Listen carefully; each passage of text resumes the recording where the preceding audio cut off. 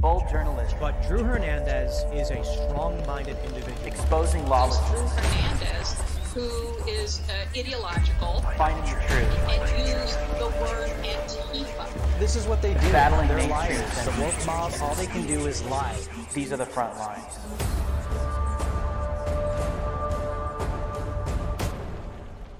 Welcome to TPUSA Live. My name is Drew Hernandez, host of Frontlines. Here's what we've got coming up for you on the live stream today. Up first on Frontlines, we're hearing from two great guests today. First up, Blaze TV's Sarah Gonzales is destroying popular leftist narratives on Twitter now that truth is finally allowed. Plus, the United States southern border is wide open and Border Patrol agents are fed up. I'll bring in Rebel News journalist Juan Mendoza, who's been reporting from the border on the ground for an update on the situation there. After that, we'll send it over to the TPUSA Live couch with host Jon Root and your favorite contributors. Today, they're talking about woke education and answering all your burning questions about what life is like here at HQ. Then Jack Posobiec takes it from there on Human Events Daily to talk about why Twitter investors are getting the jitters over the Elon deal. Then on this week's episode of The Spillover, Alex Clark sits down with the last person to speak with the Columbine High School shooters. His story is chilling. Then we'll wrap it up the stream with one more Alex Clark Poplitics episode for the day. She's got a new must-see Netflix show. My name is Drew Hernandez. And by the way, Frontlines is now available on Apple Podcasts, Spotify, and other streaming services. Don't forget to subscribe and leave a 5-star review right now. If you're watching on YouTube, subscribe, smash that like button, hit the bell notification, and share this video everywhere. If you're watching on Facebook, Twitter, or anywhere else, please reshare this transmission now. My name is Drew Hernandez, and you are now on the front lines. Alrighty, America. The Twitter versus Elon saga continues. People have been losing their minds. We've been recording this. We've been reporting on this. We've been detailing this. And it is absolute hilarious how people have been losing their minds. These leftists and these snowflakes that just cannot cope with reality. Truth at that. Well, our friends over at Blaze, the Blaze reports, Blaze TV host celebrates Elon Musk buying Twitter by nuking every leftist narrative. Sarah Gonzales has been tweeting things like, men don't have periods, climate change is a hoax, teachers who teach children gender identity should be arrested. I agree. Leah Thomas is a cheater and a dude, and they've been losing their minds. She's also been saying men cannot be women. Your mask doesn't work. Only women can get pregnant. Boys have their genitals and girls have theirs. Rachel Levine is a man. Anthony Fauci is full of ish. Transgenderism is a mental illness. And the list goes on, thank God.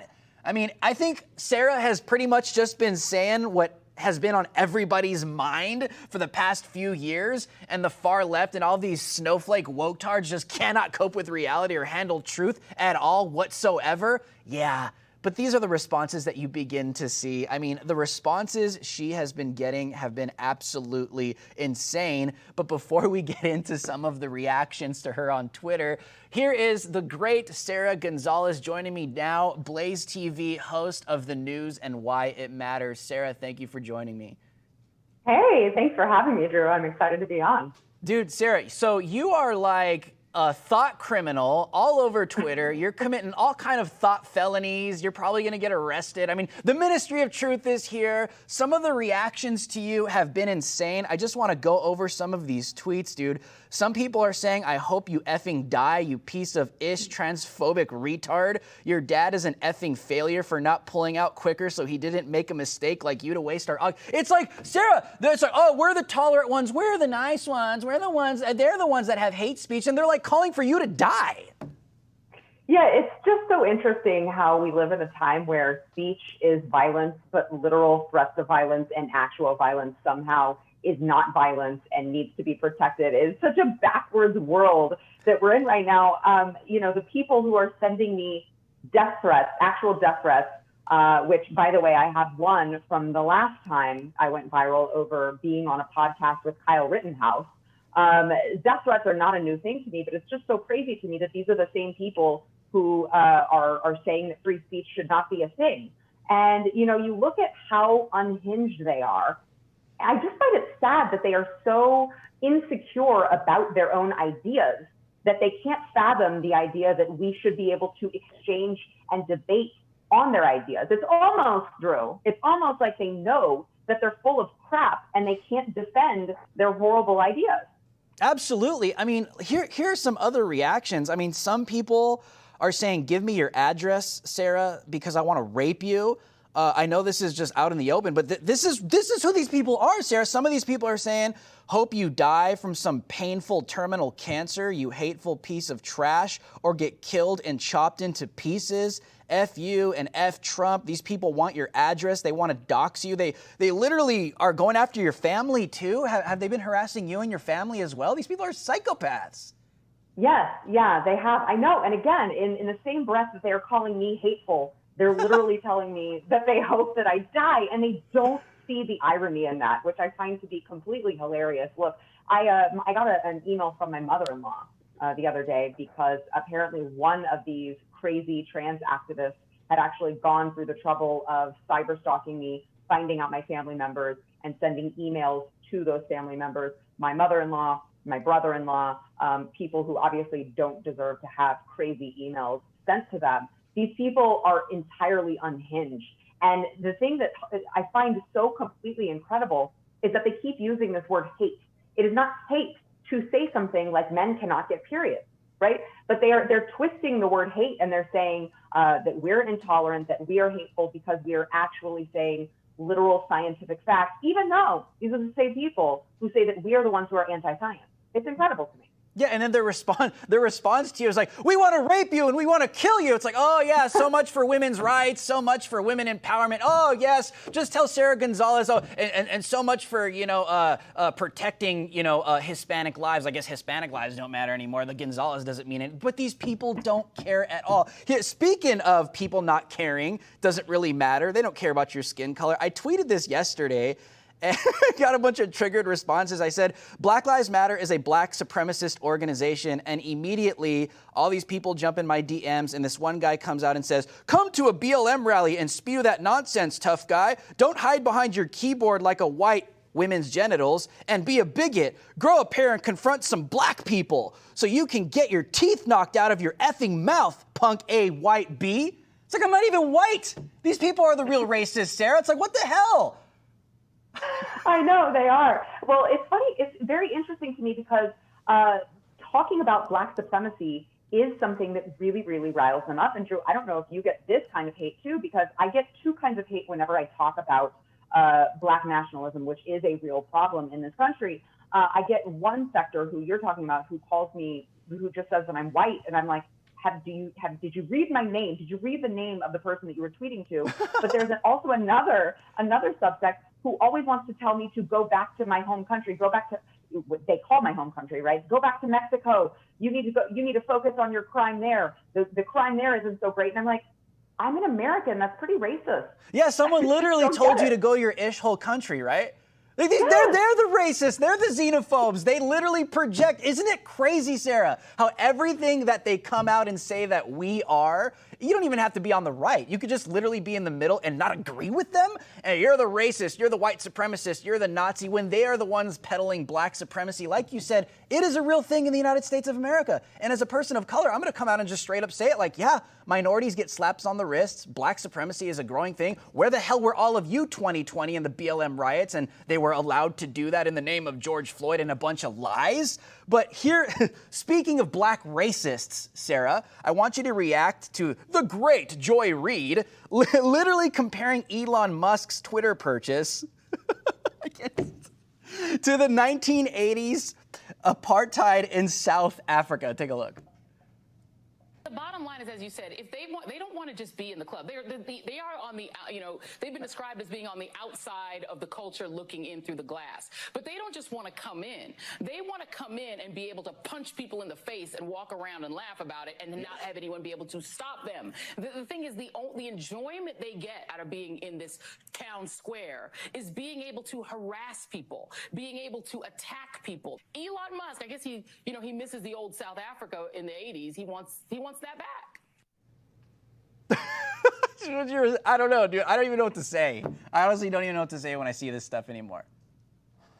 these people, Drew, are telling on themselves. They're telling on themselves because this was the glee that they enjoyed for the last 4 or 5 years, being able to go on these town squares, as she called them, and constantly harass conservatives. As we're seeing, you just showed a bunch of DMs to me, to you. These people, they're calling for us to kill themselves. They're saying they're going to kill us. They're saying they want to do unspeakable things to my children. These are the things that they've been able to get away with all this time, and they're telling on themselves because the real problem is that they are afraid that they aren't going to be able to do that anymore, and they aren't going to enjoy that benefit of being on the left. I mean, look, Elon tweeted out something the other day that was something along the lines of, my idea is that I want to be politically neutral, which should make the left and the right equally angry at me. And I would completely disagree with that. I think that's one of the only things that he has gotten wrong about this, is that the right has been used to just constantly being tossed aside. The right has been used to every industry catering to the left.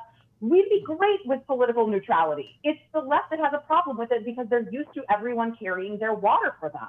Absolutely, because those lies have made the right, or even if you're center right, or even in the center, if you're just pro-Americana, right? You just wear a T-shirt with the American flag on it. You're a right-winger, you're far right, you're a Nazi. They go that far. But here's the crazy thing, and I agree with you.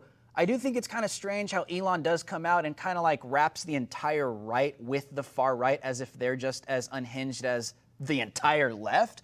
I agree with you there. I disagree with that because that's been the lie. That's been the entire lie, especially with the advent of Donald Trump. Anybody that's a nationalist, American nationalist, everyone that loves America, you are just automatically far right. And it's like, Elon just has to understand, like, dude, they view you the same way. You're on our side. Like, literally by default, you're put on our side. So what would your message be to Elon right now, Sarah, that's like, hey, you need to kind of like really do pay attention to what they're really trying to do to you?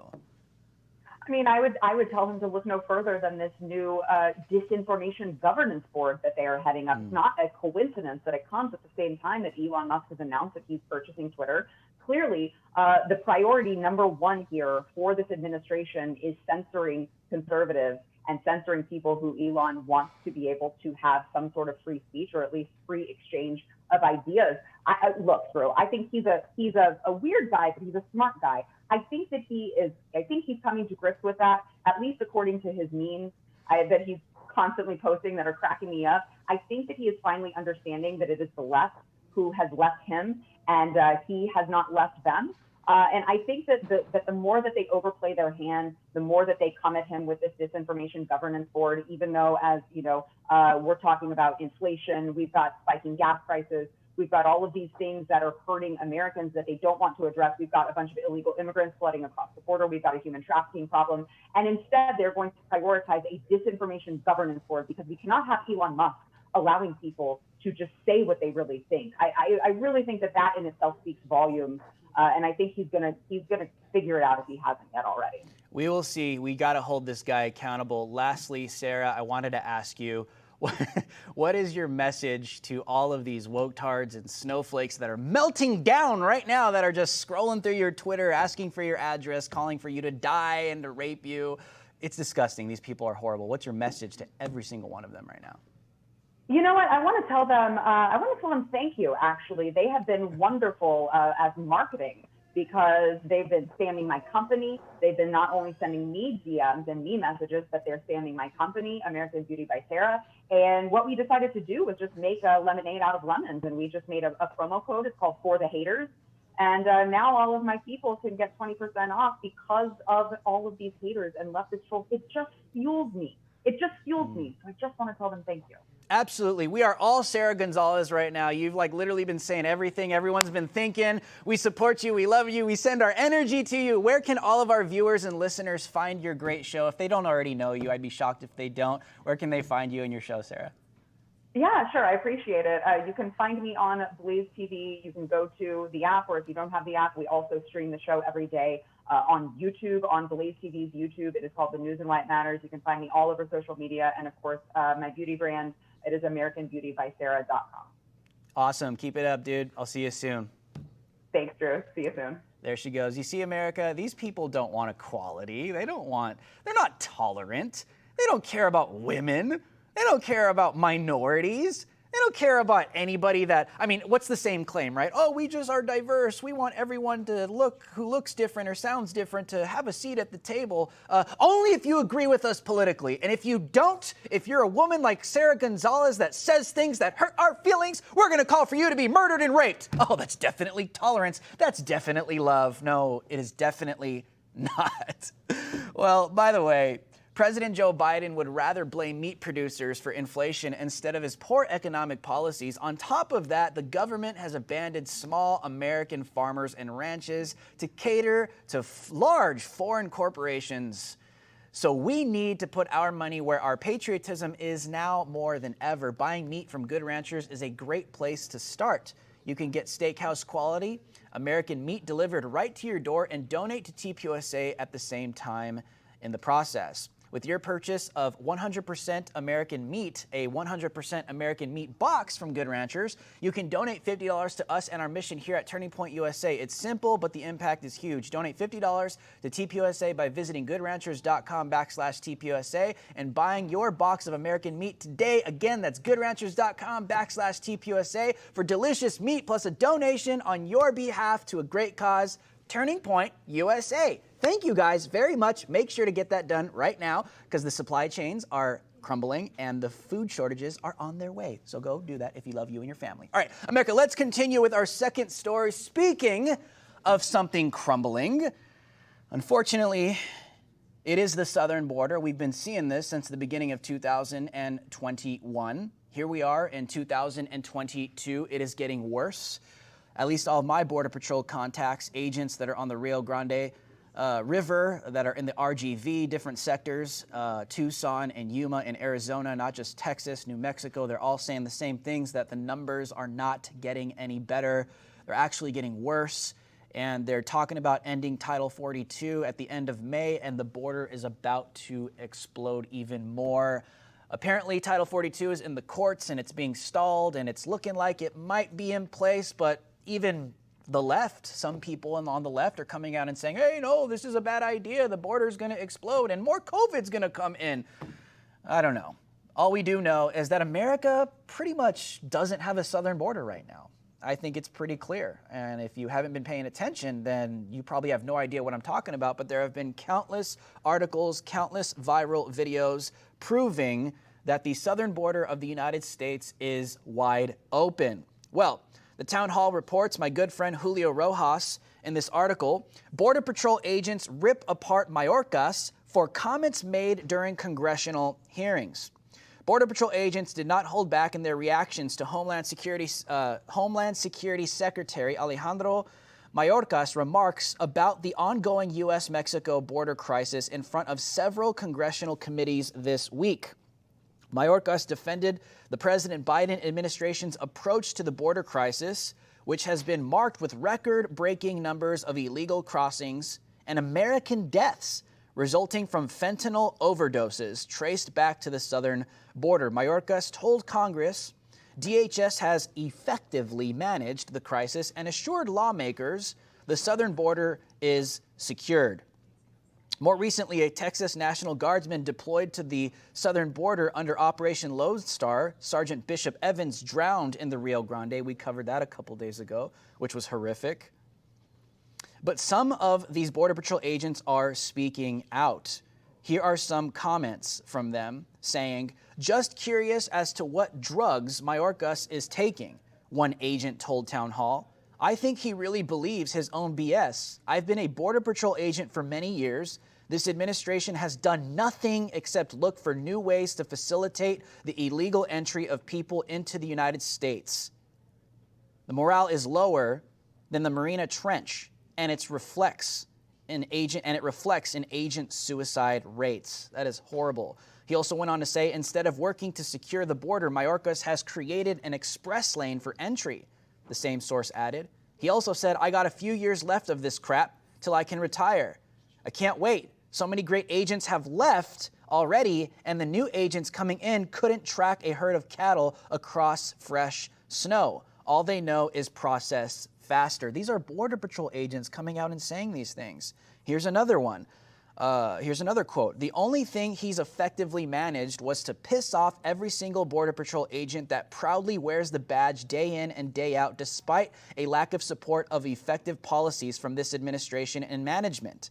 He also said anyone with an ounce of common sense could visit the southern border and instantly realize the problem still exists and will increase 10 times if Title 42 is lifted. Well, here are some clips of the congressional hearing with Mayorkas being questioned, and you could see the left's response, and it is just ridiculous, trying to shove it under the rug. Take a look. Secretary Mayorkas, thank you so much for being here. And let me from the onset apologize to you, your family, and your staff for the sickening, breathtakingly xenophobic political theater that has occurred at this hearing. I'm sorry that so much of this hearing has been wasted with political grandstanding and disinformation. And so my question to you, Mr. Secretary, are you testifying as you sit here today that the southwest border is secure? Yes, I am, and we are continuing to work to make it more secure. Yet, we have effectively managed an unprecedented number of non-citizens seeking to enter the United States. The little girl here with a brand on her arm, a little girl with a brand on her arm because of your policies, a little girl here in the desert found by ranchers trying to save their life. And how about the lost voices for people dying from fentanyl? The hundreds of thousands, tens of thousands of Americans dying from fentanyl.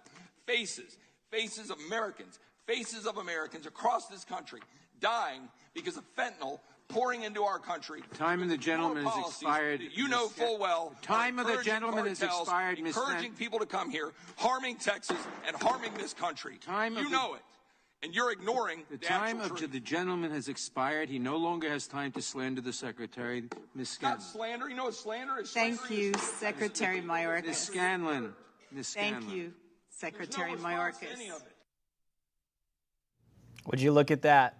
You see the left in the room saying, oh, it's misinformation that the southern border is open. It's disinformation that there are millions of people flooding the United States of America. It's all mis and disinformation that there's a literal invasion taking place at the United States southern border. And then Congressman Chip Roy steps up, speaks the truth, talks about the fentanyl crisis, talks about the millions of people coming into this country illegally. And the left comes out and does what? Tells him to shut up and that he's slandering Mayorkas because none of that's true. No, no, no. Shut down the truth, Speaker. Let our narrative go forward because that is what we want millions of people to believe. That is what we want in the minds of millions of Americans. We don't want them to understand the horrific conditions at the southern border and the millions of illegals pouring into this country unvetted with major criminal records on a daily basis. No. That's not what they want in your mind. They want their narrative in their mind that everything is all good. Well, let's fact check Mayorkas. Let's fact check the left saying that this isn't a problem. Joining me now is Rebel News reporter Juan Mendoza. He has been on the ground at the southern border in Texas, documenting the crisis, not just these past couple months, but for a while now. Juan, thank you for joining me. Thank you for having me, Drew. Awesome, man. Well, let's get straight into this, Juan. I mean, we have the far left. We have these congresswomen, congressmen on the left coming out in the middle of this hearing saying that, oh, it's misinformation, it's disinformation. Mayorkas is coming out saying, we have it all under control. It's all under control, and we're doing a good job. Juan, is that true based off of what you've been seeing and hearing on the ground?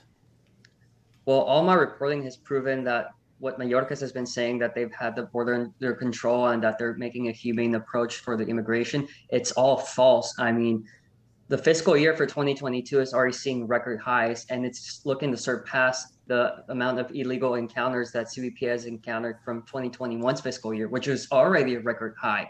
And it's just not, it's a concern for not just the people that live here in the United States, but it's also a concern for the migrants, the cartels. They're profiting off of human trafficking and this whole crisis that was created by the Biden administration, because I mean, they see these people as just a commodity. Many women get raped. They'll be extorted. They'll be put in the stash house while they threaten the families to get more money, or else they'll kill them, or they'll be turned into essentially slaves in the United States. Mm-hmm. So the Biden administration, his policies that he's caused with this whole border crisis, it's just been empowering the cartels, not just in Latin America, but in the United States as well. Absolutely, Juan. You have really great footage all over Twitter reporting for Rebel News. Here is actually an interview that you conducted with Congressman Chip Roy. Here it is. Take a look, guys. The first thing is that this entire sector, Del Rio sector, is overrun, and they're outmanned. You know, the cartels have all the money, they've got all the power, and we've got more resources down the Rio Grande Valley. So the numbers there. Now they're getting hammered here. We can see, and part of the thing of learning is the fencing and the barriers that Governor Abbott has put up, the razor wire. Going up and down the river, I saw a group of about 50 or 100 coming up. I didn't learn anything like specifically that I didn't already know, and from that standpoint, but when you come down and you feel it and you see it and you see people coming across and you see where unfortunately a National Guardsman lost his life, when you talk to Border Patrol agents again, I come down here mainly to make sure they know I'm never going to stop. He's never going to stop. And we need to continue to expose these people, Juan. I mean, he's not lying. The cartels are active at the southern border. People are being actively human smuggled on a daily basis by the hour. And these are the things that you've been reporting on as well. What do you see? What do you foresee, Juan, coming up? I mean, they're saying that Title 42 is kind of stalled in the courts right now. But are you hearing anything from the Mexican side of the border? Are those that are kind of being staged getting ready to just flood the border anyways? What are you hearing on the ground? Well, recently, me, Julio Rosas, and Jorge Ventura, we were recently there as well in Eagle Pass, and we managed to speak with many of the migrants that were waiting in Piedras Negras, which is the Mexican town across from Eagle Pass. And they're all saying that they're waiting for Title 42 to pass. And I mean, I've been talking with Border Patrol units that they're worried about the increase. I mean, they're seeing massive increases already. And with Title 42 gone, that's just going to explode. I've been talking with NGOs that are also concerned of being overwhelmed because of these massive influx of migrants and just being overwhelmed with supplies and manpower to be able to process or take care of these people. And it's just a disaster that is just looking not just to hurt the United States, but people all across the world. I mean, like I said, the cartels, they're making a killing off human trafficking, and they're making over $15 million a day in that alone. Not just that, but also the effects of narcotics trafficking, which right now, fentanyl is one of the biggest killers in Americans right now. And a lot of that is being sent by the cartels through our southern border. And they're getting the ingredients for that from China. And like I said, all these sectors in the southern border, they're seeing massive amounts of narcotics trafficking, such as fentanyl. Absolutely, and a lot of people don't know this, that the reason why we say it comes from China is because the Mexicans or the cartels, the Sinaloa cartel, they have their fentanyl ops in Mexico, and they're actually bringing in some Chinese chemists to teach them how to cook the fentanyl, and that gets pushed over into the United States, and here we are with the crisis right now. Final word, Juan, where do you see this going? What do you foresee happening if Title 42 does get revoked? Should we believe Secretary Mayorkas that it's all under control? No, of course not. And there was leaked audio that came out last year that with Mayorkas saying that the whole situation was out of control.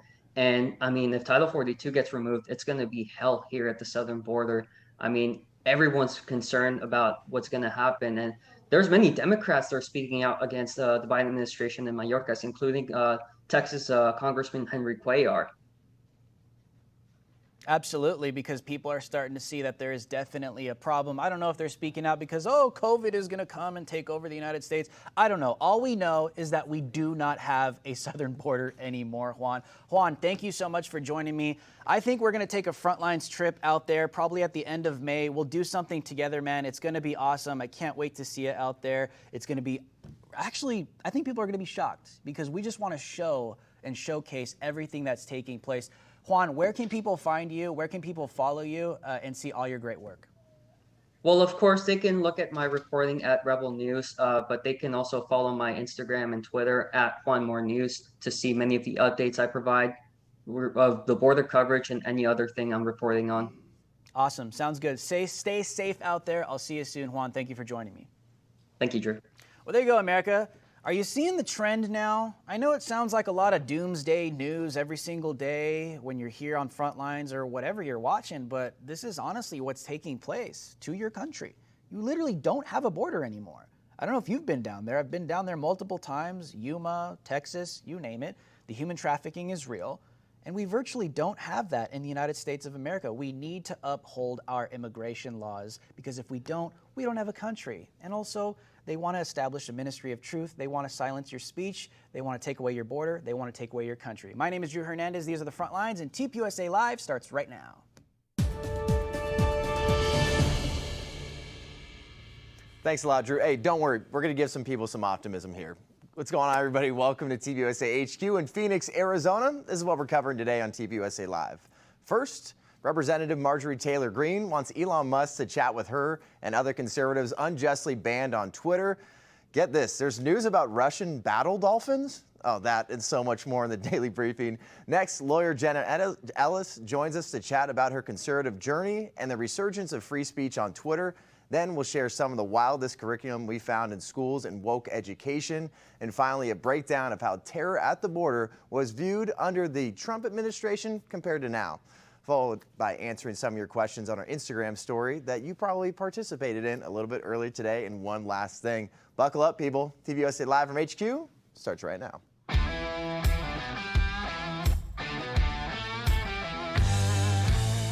Authentic, unfiltered, grassroots content and conversation every weekday. Live from Phoenix, Arizona at the Turning Point USA headquarters, this is TPUSA Live. It's a party on a Friday. Would you look at this, TPUSA HQ? We got 5 people on the couch. Heavy hitters, especially that one. No idea what you're talking about. I'll be honest, Stephen, when I saw Will Smith smack Chris Rock, I was like, man, if Stephen was up there, I think Chris Rock would be dead. I would love to be in Chris Rock's situation to be slapped, because then I can say it was self-defense, me fighting back. Ooh, goodness gracious. Don't mess with MAGA Hulk Stephen Davis, TPUSA contributor. We also got TPUSA contributor Alex Clark. We got Micah Bock here, and then lawyer Jenna Ellis. Welcome. Thank you. We're going to get some Jenna Ellis today before you get a bunch of her at YWLs, something that you definitely got to sign up for, tpusa.com/YWLs. You can use promo code Alex. Yep. No. Promo code Politics. Politics. Or you can use promo code John. I don't know why you use a dude's promo code, but you can. You can. I've had a few people that actually said they used it, so sorry. Good. Well, usually I push them and say, use Politics. It's true. You know, we got to give you a couple. Thanks, Alex. Yeah. We appreciate strong men who stand up for women. Boom. Conservatives. Boom. Let's go, boys. Some toxic masculinity in the house. I'm with it. So much toxicity here. We're going to start with this. So Representative Marjorie Taylor Greene has said, Elon Musk, I want to sit down and have a conversation with you and other people that were unjustly taken off of Twitter. It seems like there's been a resurgence of free speech on Twitter now, and we love to see it. But this is what Marjorie Taylor Greene had to say. I am cautiously optimistic about the prospects for Twitter now that Elon Musk has taken over. I don't know Mr. Musk, but I do invite him to come talk with me in Washington, D.C. I'd be happy to put together a roundtable of all the most brilliant people who have been unjustly banned from Twitter, and he can see for himself the urgent necessity of doing right by them, which we all hope he will, as he has stated that he believes in free speech. I know we're going to have a longer discussion, Jenna, about this whole ministry of truth and everything, but do you think Elon Musk is actually going to take them up on this offer? That's a possibility. You know, I think that one of the catalysts that brought about this whole Twitter takeover was the suspension of the Babylon Bee, which is a satire piece. You see that not only political figures, but also journalists like Project Veritas that have been suspended. Charlie Kirk, who was suspended for tweeting truth about Rachel, or really Richard Levine. And so this has been a cross-section of all kinds of people, but they all have one thing in common. They're conservative. And so I think that Elon definitely would be interested in this, and I hope that he'll take her up on his It's still offer. so funny to see the liberal meltdown about this whole thing. But aren't there a few of those conservatives, like, am I wrong? With the Project Veritas banning, I thought it was something like he had tons and tons of accounts that he was toggling in between to kind of promote different stories. Am I wrong about that? Because if that's the case, that is, I mean, that would be really against their terms and conditions to kind of do but that. his personal account, that was what was suspended, and then the Project Veritas account itself. And I think they used that a little bit as a pretext to say, hey, we want to ban you because you're not really a journalist and we don't like the content of your speech. Got it. They always find a way. They always do. Life finds a way. Big tech finds a way. There's also news that James Corden is going to be out of the Late Show. So he's going to be done, and he announced this after 8 years as the host. Check it out. I'm happy to announce today that I've signed a new contract to carry on hosting the Late Late Show. Well, wait, hang on. Wait, because I appreciate it. That's really only half the story on this one. The other half is, the sadder news is I've decided to sign for one more year on the show, and that this will be my last year hosting the Late Late Show. Don't you dare. I don't mind James Corden. I was going to say, out of all of the late night hosts, I don't know about you guys, but I find him to be the most tolerable. So I was surprised that he is the first one to say, I'm out. I just feel like there's other people, Jimmy Kimmel would be one that I would love to see go. But James Corden, I'm like, well, that's kind of a loss. No. What do you think, Micah? Well, I think it's interesting, and maybe the rationale that he may have is that he no longer belongs in the host of late night shows that still exist. I mean, I remember the days of Jon Stewart, who, definitely didn't pull punches with the right, but he didn't pull punches with the left either. And I think that style of humor and comedy really has been lost in the mainstream media, and especially in the legacy media. And to your point, Alex, he wasn't the worst of what seems to be a increasingly bad batch of individuals. I think he brought out a fun side of celebrities. Well, making them drink, bird spit and whatever. That's always fun. Like, that's actually funny. Like, that's actually funny. Saturday Night Live is having people on to cry about, Asian hate or whatever. Like, that's not funny. But at least some of James Corden's bits were good. Yeah, I enjoy that with some late night hosts. There's some people where they're going to be the star, and there were times where he didn't need to be the star. He just tried to bring out the best in other celebrities. I enjoy that a lot. That's what I try to do as a host at times too. So, but he also did say that he has an overwhelming feeling that my family has walked to the beat of my own drum for a very long time. So it seems like he wants to spend more time with his family. Who knows if that's actually what's really going on? It could be like, hey, we're going to try to insert somebody in here that can maybe throw a little bit of leftist politics in there at the same time as making people laugh. Who knows? Well, Tom Brady said that, and we saw how that went. So that's true. But Tom Brady, maybe he'll pull a Tom Brady. Yeah. He might be like, no, this is I don't know. Oh, maybe he's saying he's leaving. He's making this whole thing, I'm leaving, but then he's going to get picked up on Netflix or Hulu, which seems to be the case. Remember, the Kardashians leaving E to then go on to Hulu. This is the thing, is nobody wants to be on cable anymore. They all want on streaming. So maybe that's what's happening. I love when you talk about the Kardashians because I have no idea. Do you remember when they did this? I don't know. At least we know he's not going to CNN Plus. So. That's true. We can count that option out. Thanks for the memories. Peace to them. Short and not sweet. Let's say that for sure. But Alex, you were telling us about this story. There's a petition to remove Amber Heard from Aquaman 2. It's gaining a little bit of traction. What's going on there?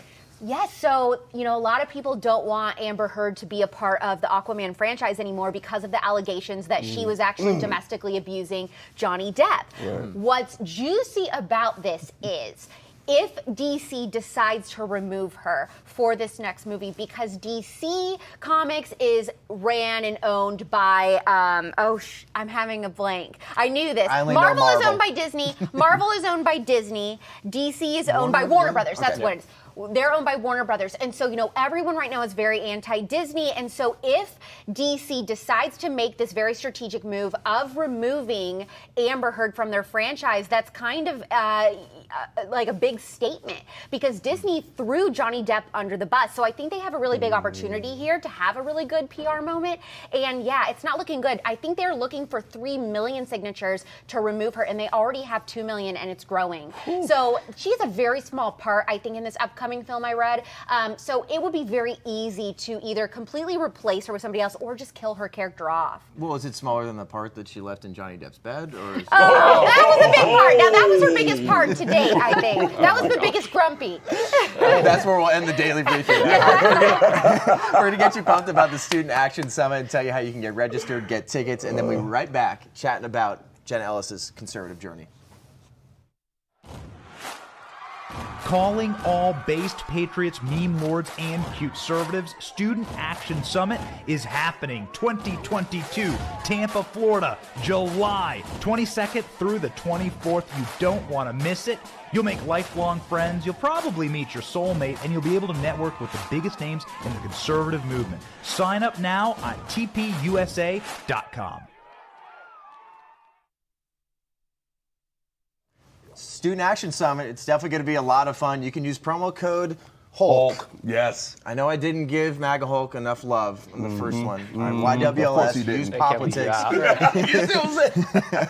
But TPUSA.com/SAS. Student Action Summit's a lot of fun. I guess according to Benny Johnson, there's going to be a lot of meme lords there. Fantastic. What does a meme lord look like, Alex? He looks like Benny, I think. Exactly. The Easter Bunny. Yeah. Now, too. Yeah. We should invite the Easter Bunny. That would be great. Lead around a stick figure of Joe Biden. Do you think, I saw yesterday that some people are saying that the Easter Bunny was actually the First Lady. The Easter Bunny that was corralling President Biden. Do you guys think it was Jill in that suit? I think it was one of his comms people. I thought it was a staffer. I think it was Saki. Kind of a juicy side note. Circling back Before you go to MSNBC, you got to do this role. Yeah. You get to be the Easter Bunny. We got Micah, Steven, Alex, Jenna. I'm John. So first off, let's talk about your conservative journey. So I think the most interesting part that we've talked about even before the show was you were homeschooled. We've talked a lot about homeschooling on this show, and it seems like it's gained a lot of traction now, but it seems like your family is a little bit ahead of the curve. Oh, they were, absolutely. And my parents decided to homeschool me and my older brother, and now my younger brother as well, K through 12. And the reason that my parents decided to do that was well before everything that's gone on in Virginia and all of these parents that are actually concerned about the content of their children's education and teachers not teaching worldview to kids over what the parents are. My parents wanted to be the worldview instructors for us. And so it was a fantastic experience. Of course, yes, I'm socialized, yes, life was normal. And the great thing about homeschooling too is that through the pandemic, the silver lining, so many families had to try homeschooling. And guess what? They decided and understood, I like spending time with my kids. And that was what was so fun for me about my experiences, because my family wasn't just my family, they're truly my best friends. And then that's when your love for law, you started feeling that a little bit during that homeschooling and what was instilled in you from your parents, because you've been a deputy DA. You're obviously a constitutional lawyer, and then you were part of the Trump administration. Talk about that journey. Yeah, so I actually knew I wanted to be a lawyer from age 14, which can tell everyone that God can place a calling on your life at a very young age. Wow. And it was because of homeschooling I had the opportunity to go to a seminar that taught about law, and I just fell in love with and was fascinated by law. And so, of course, God directed my path in a way that I never anticipated, and I thought I would be a career prosecutor. Started out that way, but then ultimately fell in love with constitutional law. And then in 2015, I wrote a book called The Legal Basis for a Moral Constitution. And it's an argument that the faith of our founders and why we are a Christian nation is not just because of our religion or their religion, but because of the legal principles that they embedded in our founding documents. And so we have not just a faith-based argument, but a legal argument for the Christian worldview in law. And I wanted to teach that. And so then I had the opportunity to teach at Colorado Christian University and started going on media and talking about all this. And lo and behold, President Trump actually watches TV, as much as people know that. Yep. And one day, totally out of the blue, I got a call. Hi, Miss Ellis, this is the White House operator. The president's reaching out to you. Would you give us a call back at your earliest convenience? And this was a Sunday afternoon, and I'm thinking, like, did you ever see The American President? That movie? Oh, yes. Yes. Remember when he called her and she's like, she thinks it's a colleague that's like messing with her. I had that same deja vu moment where I'm like, no, this is not happening. Somebody's messing with me. I'm like, maybe I should call back just in case. And he gets on the line. He's like, Jenna, how's it going? And I'm like, really great, Mr. President. How are you? Like, what am I supposed to say here? And he just asked if we could talk. And he said, I see you on TV. You have this big, beautiful title, Constitutional Law Attorney. I love it. It's huge. Huge. And it was so Trump. And we talked for an hour. He asked me all kinds of questions. And then he said, are you ever in D.C.? Come visit. And I'm like, I will be there anytime you tell me. So walk into the Oval Office, and he says, Jenna, I think you're a brilliant lawyer, and you work for me now. And I said, well, God's opening the door. There I go, and my life completely changed. Wow. That's because it was fun hearing this story when I went to YWLs last year, and I think you can speak to this too. Just we got YWLs coming up, and we need women like you to be speaking about this kind of stuff because you have a faith background. That is your solid foundation, and then obviously when we have so much that comes up in the world, you're going to stick to that foundation and be like, oh, also legally, here's how we go about it. Absolutely. And what I think is so important for especially young conservatives, and what I went through, frankly, as a crisis of faith in law school, is because law is taught as completely arbitrary, and whatever moral lines the legislature or the executive branch set, that's how we need to operate and think about morality, where the Christian worldview tells us otherwise, that morality is fixed. God is the divine lawgiver, and we can't change those moral lines. We can only work within that. And so I'm a Christian, like how C.S. Lewis describes it, because it's the best explanation for the reality to which we're presented. And so I don't believe in Christ like Joe Biden believes in the Easter Bunny. It's because we all have to answer life's most important questions. Who are we? Where are we going? Where are we going for eternity? How can we live our best life? And understanding our identity is in Christ is the foundation for everything. And that's why I'm a conservative, because our founders understood that doing exactly what we're doing right now, speaking together about truth of God, is freedom of speech, freedom of association, and free exercise of religion. Well, a lot of people like to say my truth now, Jenna, and there's this whole idea of who's going to be the arbiter of truth. And it seems like the Biden administration, they're saying we got a ministry of truth now. Yes, thank God you're here, Jenna, because I brought this up a couple days ago. I said I don't understand how it is constitutional for our government to have this department that decides what speech is allowed. So could you speak to that? Yeah, it's absolutely not constitutional. And so anything that is not a subject matter given to Congress to legislate, because all legislative authority in Article 1 is given to Congress, they are very limited in what they can actually legislate on. And you know what's not in there? Ministry of Truth, education, healthcare. I mean, 95% or more of these government agencies are actually unconstitutional because we are a government that through our Constitution said we limit our government to certain powers because we the people have these protected rights. And so our Bill of Rights doesn't then give Congress or the executive more power. It's that it says, hey, Congress, just in case you weren't clear, these are the things you can't touch. And no one has ever argued that Congress has the arbitration authority to determine truth, and the executive branch has zero power that Congress has even tried to give it in order to administer the law. And so what we've done as a society is we, even as conservatives, have gotten so far from the original purpose of government that we're fighting against it because we don't like it, instead of saying, hey, wait a second, you can't. You can't. And so what I hope that Congress will do in the next session, maybe after 2022, is very clearly tell the administration through a bill, we are not okay with this and this is unconstitutional. And so what happens if Congress doesn't do that? Well, then it determines what this Ministry of Truth is actually doing. And so once they start making actions that are unconstitutional, then at that point, different organizations and individuals can challenge that in court. Okay. And then it seems like right now, Elon Musk is saying this is a terrible idea, just like the rest of us are thinking that too, because it's like, well, if it comes from you, what the next administration is going to have their own idea of truth. And that's where I feel like a lot of conservatives, they get to this, like, well, maybe if we had a conservative in power, like we'd have the real truth. It's like, no. But Elon isn't even conservative. That's the thing. I mean, he's not. He's probably more of a right-leaning moderate at this point. He just talked about how he had voted for President Obama twice, but that the left has moved so far left that now he kind of finds himself politically homeless, center-right. So how do you, and then go ahead. Well, I was going to say, I think that's a really important point, that what you're saying about the changes in administrations, because what Jenna was talking about is that we need to base our political actions off of our value systems, things that don't change over the course of time, whereas our leaders 100% will change, and standing for that valuation of truth is so much more important than creating an institution that will shift with the tides of public perception. because it all comes down to like, where's that truth coming from?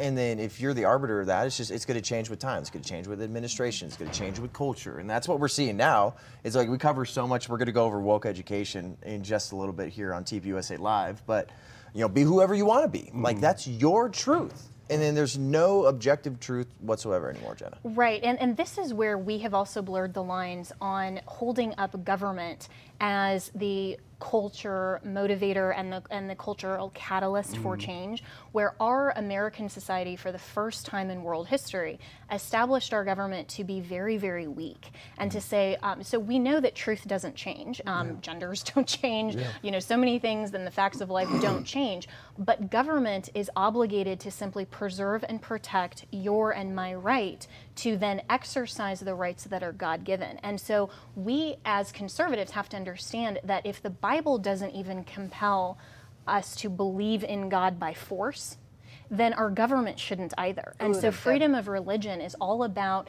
persuasiveness and being able to enter the public square and to debate all of these ideas, not to say that government is the savior. If government becomes the savior, we've lost sight of the entire gospel, because Jesus Christ is the savior, and we need to have the ability to advocate for that and also recognize not everyone is going to agree. They're going to reject truth, but that doesn't mean that then government gets to step in and compel them to articulate my beliefs any more than I want government to come in and compel me to speak against my sincerely held beliefs. Well, how do we get back on track then from this point? Because we are so far off, especially when it comes to the different powers and the checks and balances and things of that nature. It's just gone. I mean, executive order, executive order, executive order, and that's just the way it is now. How do we get from this point, how do we get back on track the way government was supposed to be for the people?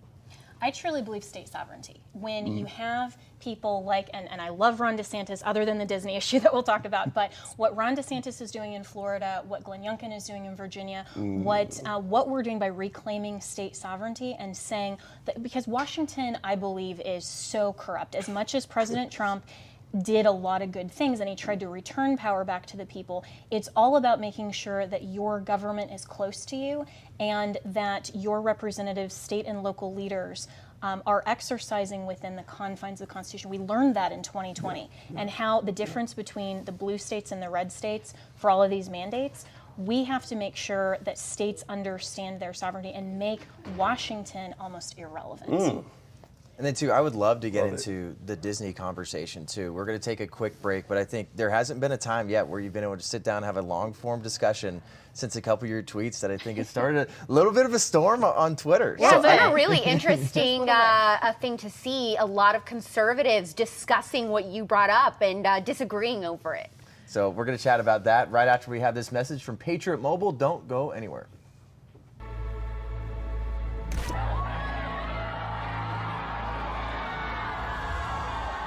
Yes, we're going to take your AR-15, your AK-47. Abortion, I salute you! Women, if you need an abortion, get one! You said police defund!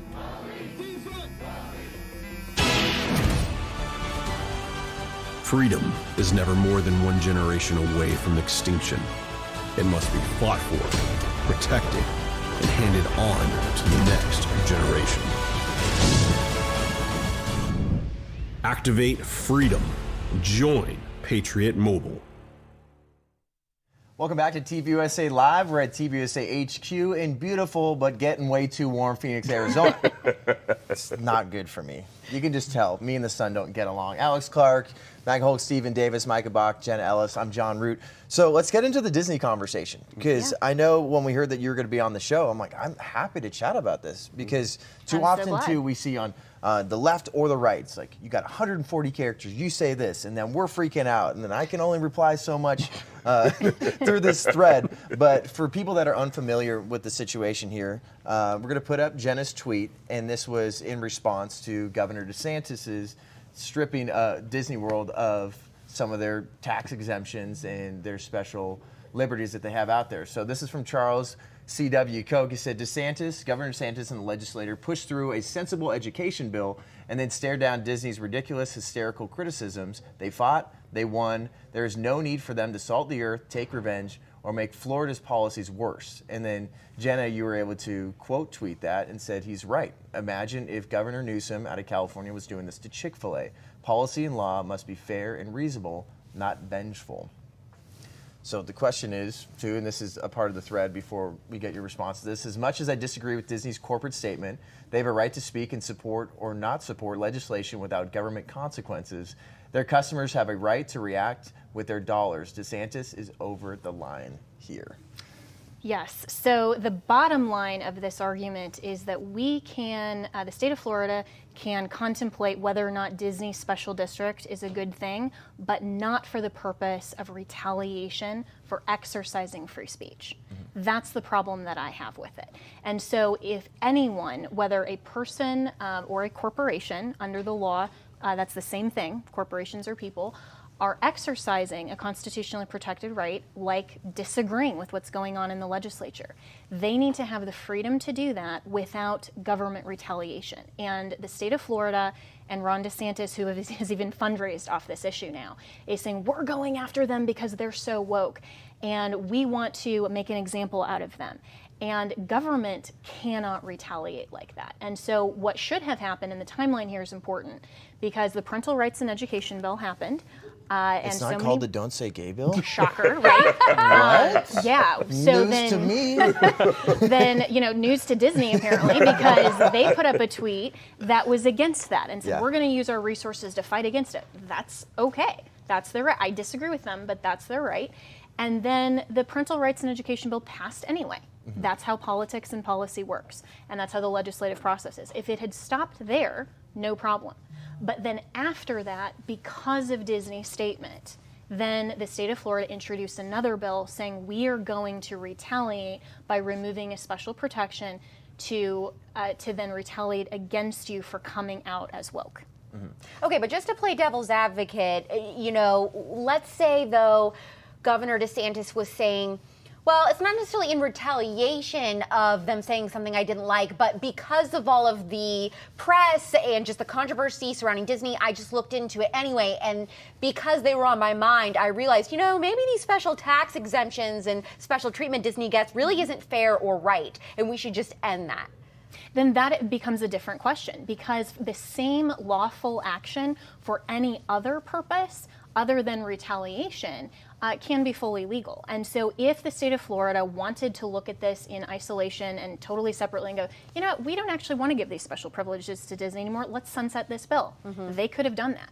But because there is so much evidence and in my view, admissions from the state of Florida and Governor DeSantis, that's where it's in the territory of retaliation. So under the law, if Disney were to sue, First Amendment retaliation litigation would require that Disney prove that at least in part this action was motivated by retaliation. The burden of proof is on them, but the state of Florida is just kind of making it really easy. So do you believe, Jenna, that Governor DeSantis cracking down on Disney special exemptions in the state of Florida is just as dangerous a threat to free speech as Twitter censoring conservatives? Absolutely. And I think that it's a different contemplation because Twitter is not government. Even though we can have the Section 230 conversation, I think the equivalent, danger to free speech, yes, but the equivalent would be, let's say that Disney had this special district in California where Gavin Newsom is the governor, and they came out against the abortion bill that allows for abortions even after birth up to 28 days. And Disney said, we don't agree with this. We're going to fight this. And then Governor Newsom said, well, in retaliation for that, I'm going to go after Disney and some kind of special privilege we give you in the state of California. That would also be a problem. So for conservatives, we have to make sure equal protection under the law abides by everybody's viewpoint. And when government is being used as a tool to retaliate against someone's opinion and someone's free speech, we should always stand up for the speech, even if we disagree with the content. And I fully disagree with Disney's content, but I stand up for their right to say it. Wow, this is like, it doesn't really happen a lot where I hear something, you know, that really changes my mind as a conservative, like, are conservatives wrong on this issue? And maybe Jenna Ellis has convinced me. That's why we have to have conversations here. Yes. Like, I sit down on this couch, I know we were talking before the show, I'm like, I'm not a lawyer. This isn't debate night with Charlie Kirk. Like, here it's just like, we saw a tweet, we saw you try to explain that tweet, and there's only so much explanation you can put there. And then obviously there's going to be a lot of people in the conservative circles that'd be like, well, it seems like Jenna's with grooming. Yeah. And it's like, I'm a rhino and a traitor and a grifter now, you Even guys. Jeremy Boring, the CEO of Daily Wire, said it takes your stance. Similar, he agrees. Yes, and we had a conversation about it. I mean, Jeremy is a good friend, and I so appreciate that people like you, John and Alex, and like Jeremy and Andrew Clavin, whose show is also on today, they're willing to have these conversations. And even if at the end of the day I didn't convince you, we had the conversation, and we had a conversation about the real issue, not just personal attacks and saying,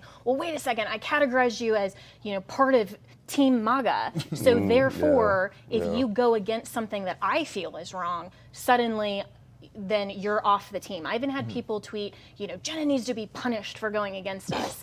And I'm like, where's my card that says otherwise? Hot take though, but there has become in the last 4 or 5 years or so, I think, a subset of the conservative movement that is just as brainwashed and just as cancel culture heavy as the far left. It's gotten really similar to me in the conservative movement in some parts like the left. That's one thing I've definitely noticed, and it's really getting sickening at this point, is that if you disagree even the slightest bit, you're automatically a fake patriot, you're a rhino, you're this, that, and the third. If you don't walk lockstep, and it's like, that sounds like the left. And Are we doing the same thing? Yeah, well, I mean, I think if we actively want to combat that, the importance of shows like these becomes even more relevant, right? Where you can have a long-form discussion and allow her to voice her opinion to hosts and have the back and forth, the dialogue, the devil's advocate, if you will, in a very neutral setting instead of this just barrage of hate that seems to only exist on social media,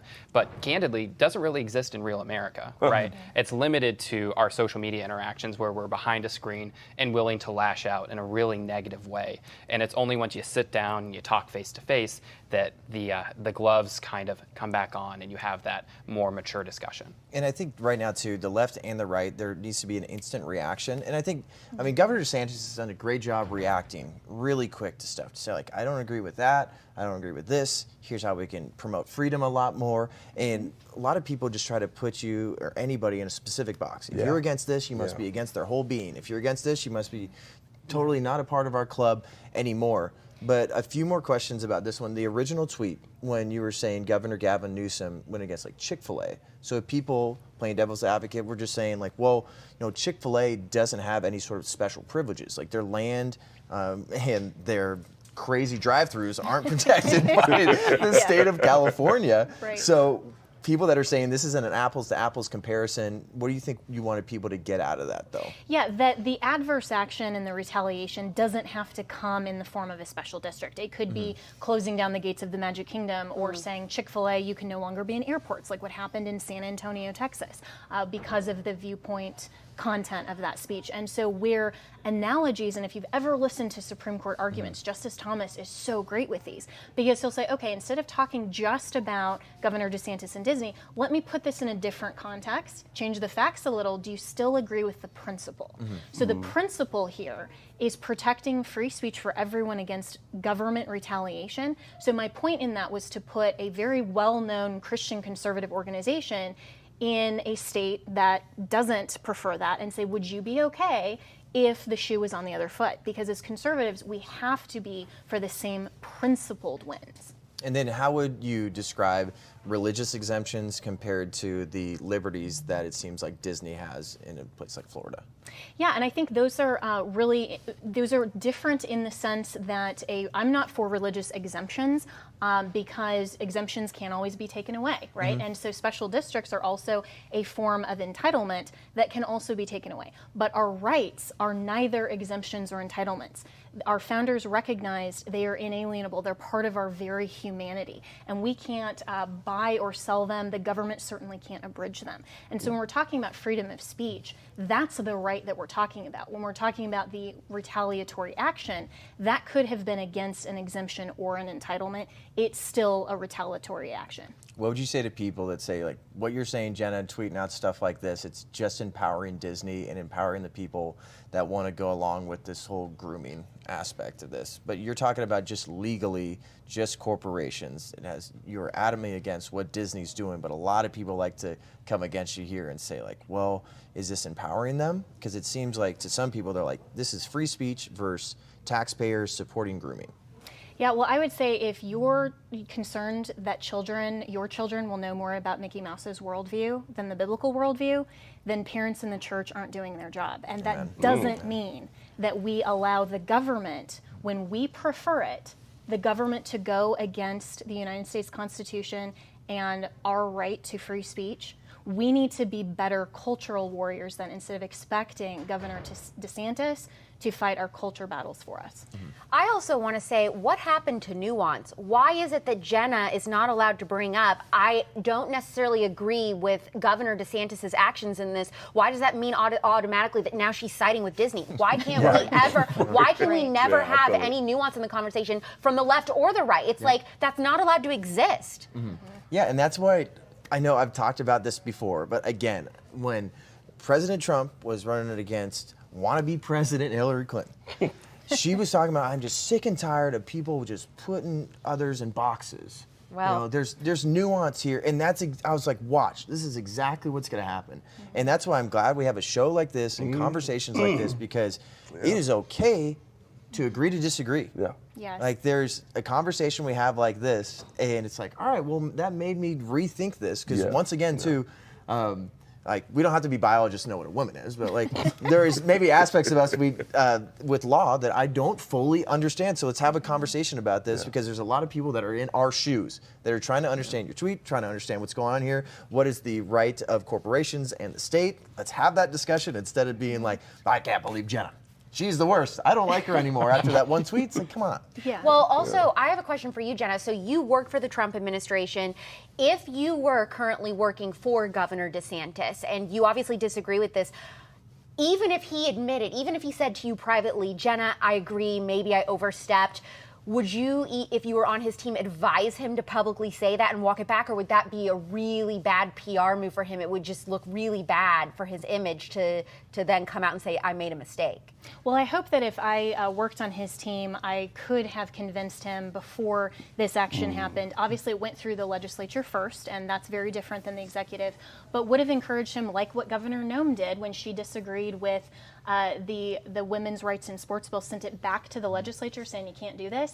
That's what he should have done. But as far as a PR move now, it would actually, I think, be so beneficial to him to say, you know, this, I signed this bill, but I see what the problems are, and so I'm going to, at least for PR purposes, walk this back.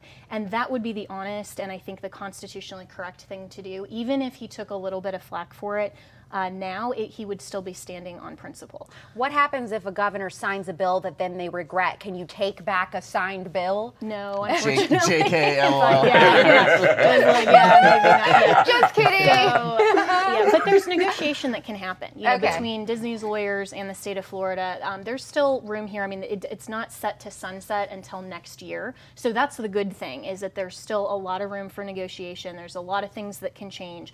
But going back to, John, what you were saying about kind of the cult of personality, especially when we're dealing with government, we need to always follow the Constitution and the rule of law, not some cult personality. I mean, even though I worked for Trump, I love him. I consider him a dear friend.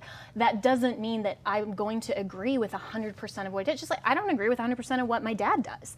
And that's okay. That doesn't mean I don't love and support him, but it also means that I serve God first and not just a cult personality.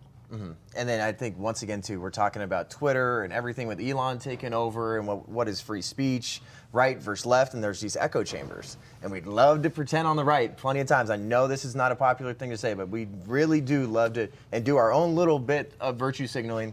We really do on the right. We're just like, oh, well, no, we like diversity of thought. but not that. Yeah.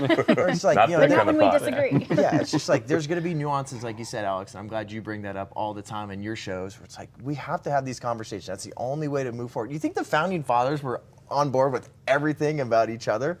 It's like, no, they had a foundation that they really knew that needed to be strong, and here's how your rights come from a higher power and not just government or us. So I think that kind of stuff. One last thing on that point too, that's such a great point about our founders, because they ardently disagreed with each other and they had passionate debates. I mean, Madison wanted a Bill of Rights and Alexander Hamilton said, no, these are the dangers. This was why the Federalist and the Anti-Federalist papers were for and against the ratification of the Constitution. Shout out to Morgan Zagers. Different thing, yeah.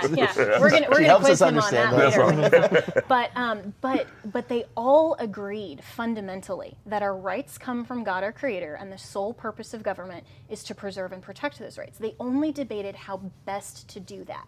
And I wish we could come at a point to society where we all can at least agree on the goal of government again, and then we can just debate how to best do it. Final thing here, what do you want people to get out of the conversation that we just had? Because there's a lot of people on the right that, unrightfully so, that we just said are just like way too triggered by this whole situation. We just had the conversation, you explained yourself, we had our takes, a little bit of disagreement, a little bit of finding middle ground here. What do you want people to get out of this?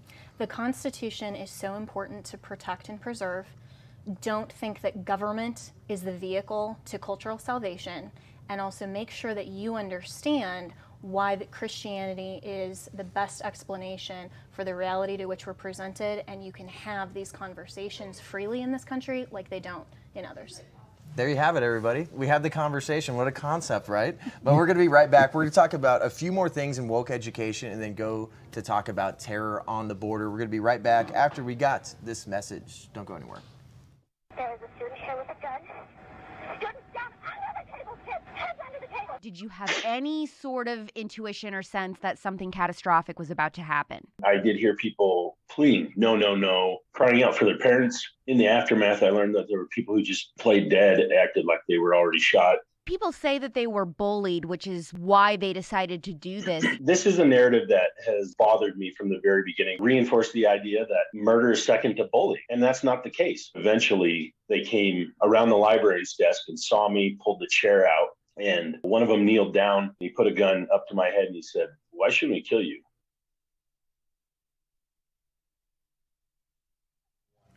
Welcome back to TPUSA Live. Do we want to bring that up live? Yeah. All right. So shout out to Mike, who's watching right now, who I'm dating. Oh no. Let's go, Mike. Go, Mike. And I'm going to turn 17 shades of red right now. But I told him. I told the MAGA Hulk that he just texted me that that guy sitting on the couch next to you is enormous.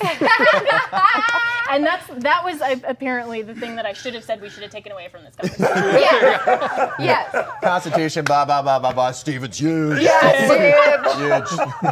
Huge. Well, we obviously got MAGA Hulk, Stephen Davis, Alex Clark, Micah Bock. We got Jenna Ellis. I'm Jon Root. One thing I want to touch on with woke education, I want to get your take on this, Jenna. What a world we live in. There's sometimes when we script these shows and they just script themselves.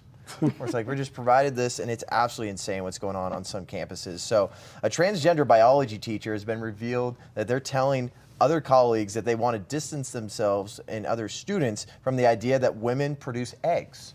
So what they're saying, it's more inclusive to say eggs come from ovaries, not women. So the senior advisor at the Department of Education, Christian Rhodes, is present in this Zoom call about sexual indoctrination like this. Check it out.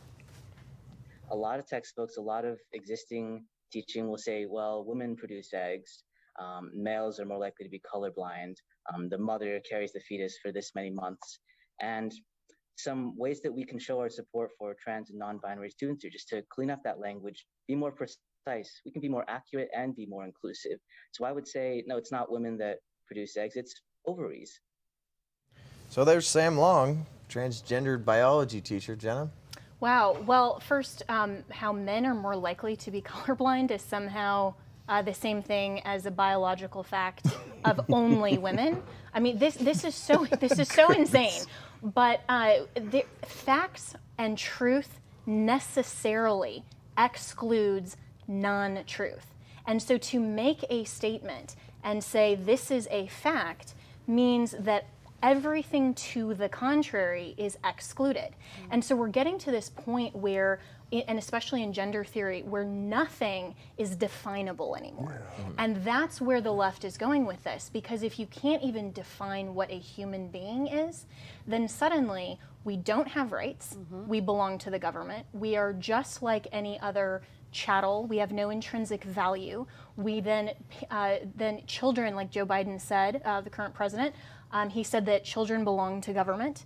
And then suddenly, with the minor attracted persons whole thing, then suddenly we can redefine children as not having personhood status. So now there's no crime involved, right? So this worldview that's being perpetuated to say that a true statement excludes non-truth, and that we can discreetly define the limits of a human being or of an object, then that's where they're going with this, because definitions matter, and the limit of what defines an entity or a person, the difference between me versus you and our bodies, it's because my body has limits. My body is discreetly defined.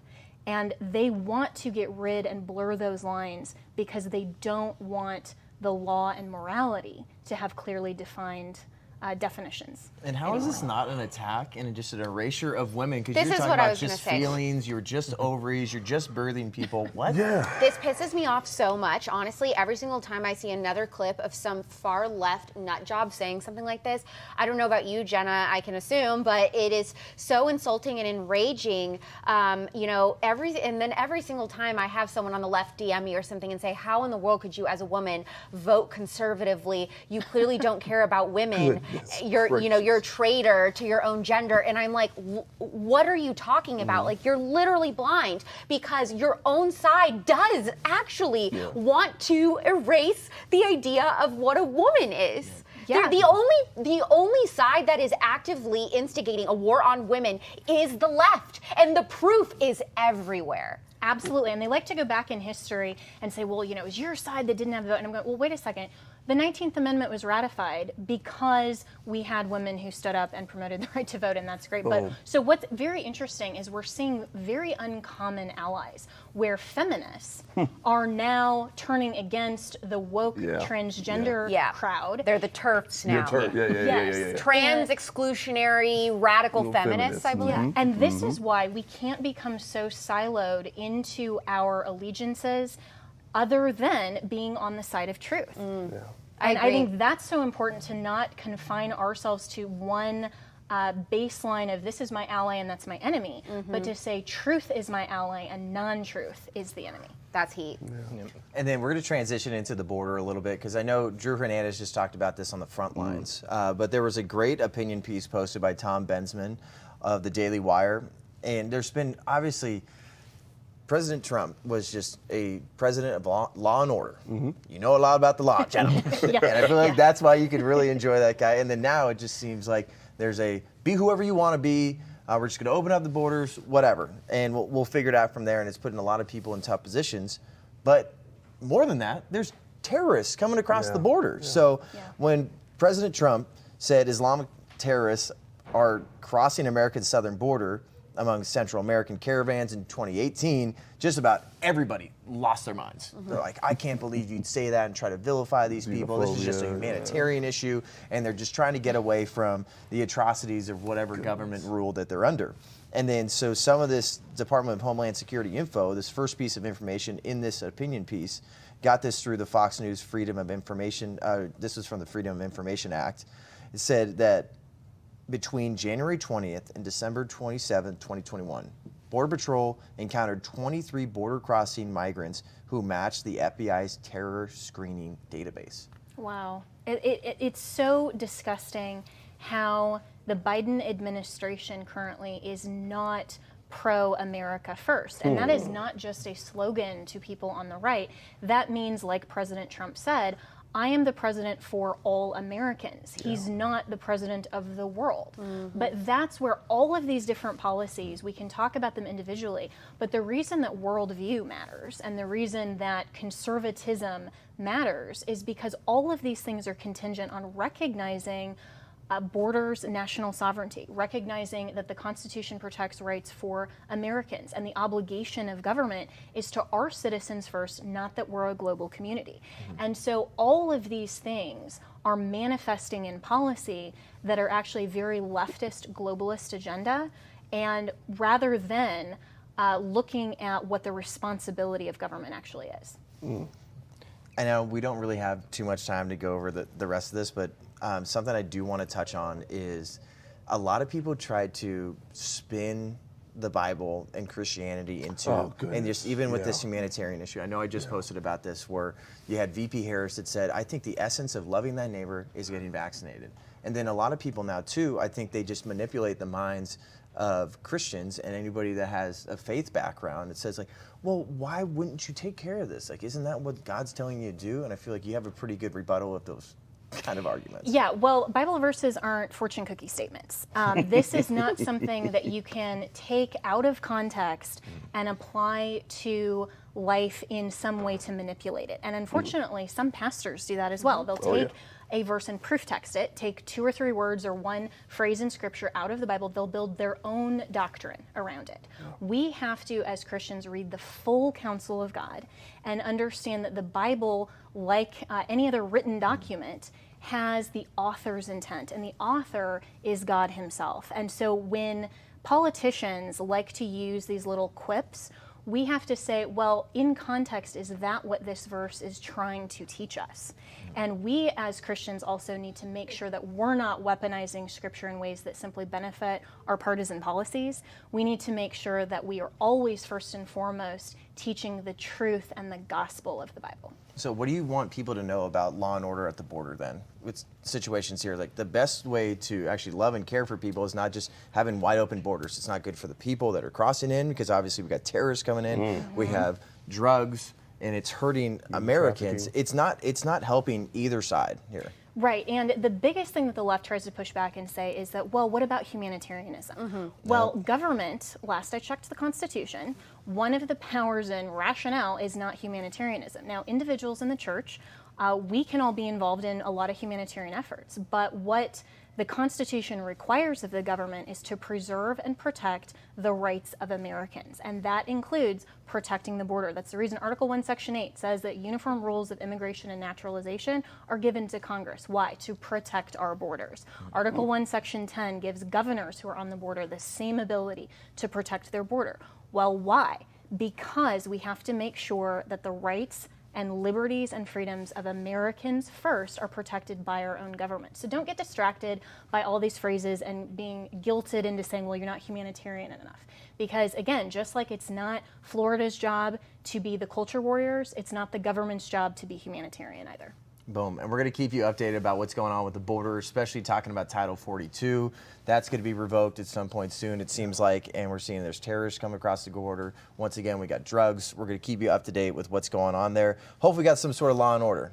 I wouldn't want to be around Jenna Ellis. She's definitely going to lay down the law there. But we're going to be back for one last thing. We asked you some questions on our Instagram story, and we're going to give you the answer to those in just a little bit. And one last thing.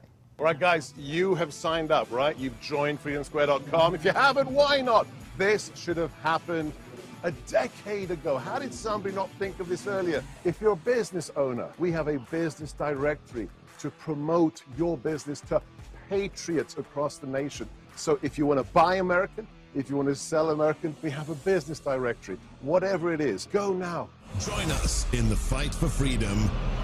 Welcome to Freedom Square. Welcome back to TPUSA Live. We got a full couch. It's been a good Friday. Yeah, and maniacal laughter from you. So what are you cooking up for this segment? Because I'm feeling a little sweaty. These are one of those, sometimes I just purposely, I don't look at the questions. Even like What in the World Wednesday, for everybody that hasn't seen that, is we have just some of the craziest stuff on the internet. Oh, wow. Yes. I'm not even going to look at it before the show, because I just wanted to just like have a organic reaction. We got Alex Hulk, MAGA Hulk, Stephen Davis, Jenna Ellis, Micah Bock. I'm Jon Root. So we asked you some questions on our Instagram story. If you're not following us already, at TPUSA Live, that is the spot for all the content we're throwing out there. But this first question, this is a good question. I think we're going to go with you on this one. Oh. You're going to give the first answer to this, Alex. What is it? All right, we're going to throw it up there. Here's this first question we got on our Instagram story. And this first question is, as an America First common sense conservative, how can I find a girlfriend in my state of Washington? Boom. Help him out. Help him out. Well, I would say maybe you could hit up Chaz. No, I'm just joking. Chaz. No, not Chaz. Okay, no, I was actually telling a girl this earlier, but it would apply to guys too. So number one, you look in the church. Like that's going to be the best place to find a really good conservative Christian partner. But the other thing is, set me up. Here's what you have to do.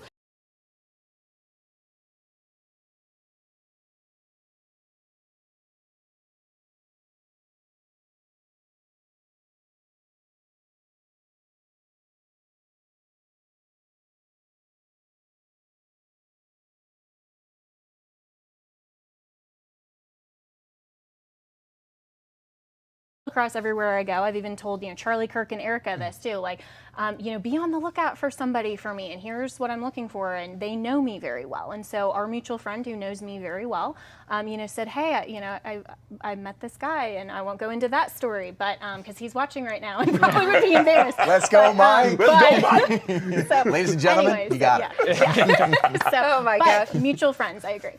I need to change my strategy. Should have talked to you guys years ago. I'm doing this next one. I'll set you up with my friend, and then she can. Yeah, maybe Jenna has a friend for you. All righty, here we go, people. Let's go. Here's question number 2. This next one, this is an interesting one. What is your take on the European digital identity wallet? Would this ever happen in the USA? Steven, you have any idea what's going on here? I have no clue. European identity. I've never even heard of this. So, I know, Micah, do you know a little bit? A little bit, yeah. He knows a lot about it. He's being modest. Yeah. He's teaching me about all this crypto That's like when stuff. someone asked me about Taylor Swift. Yeah, I know a little bit about her. Well, I mean, it's this concept that you see being discussed in the United States and abroad as well, that you can link your face and your physical identity to the digital world and conduct transactions through that. Most generally speaking, through blockchain technology. Yeah. And I think probably the best differentiation that I could give is there is an importance in decentralization for this type of technology. So if you're going to be using cryptocurrencies, things like that, or other types of digital online wallets, you need to make sure it's decentralized so that no one has direct access to your information. Whereas the centralized digital currencies that exist and are being promulgated on the world stage in the United States and other countries are being owned by a central bank, the Federal Reserve, for example, in the United States. And that centralized control can result in censorship and people locking your accounts, freezing you out of your funds, as you saw in Canada with the trucker convoy. And so if you want a digital currency and an identification wallet system, that's fine as long as it's decentralized with no specific governmental control. This was the most incredible thing I've seen on live. I know a little bit.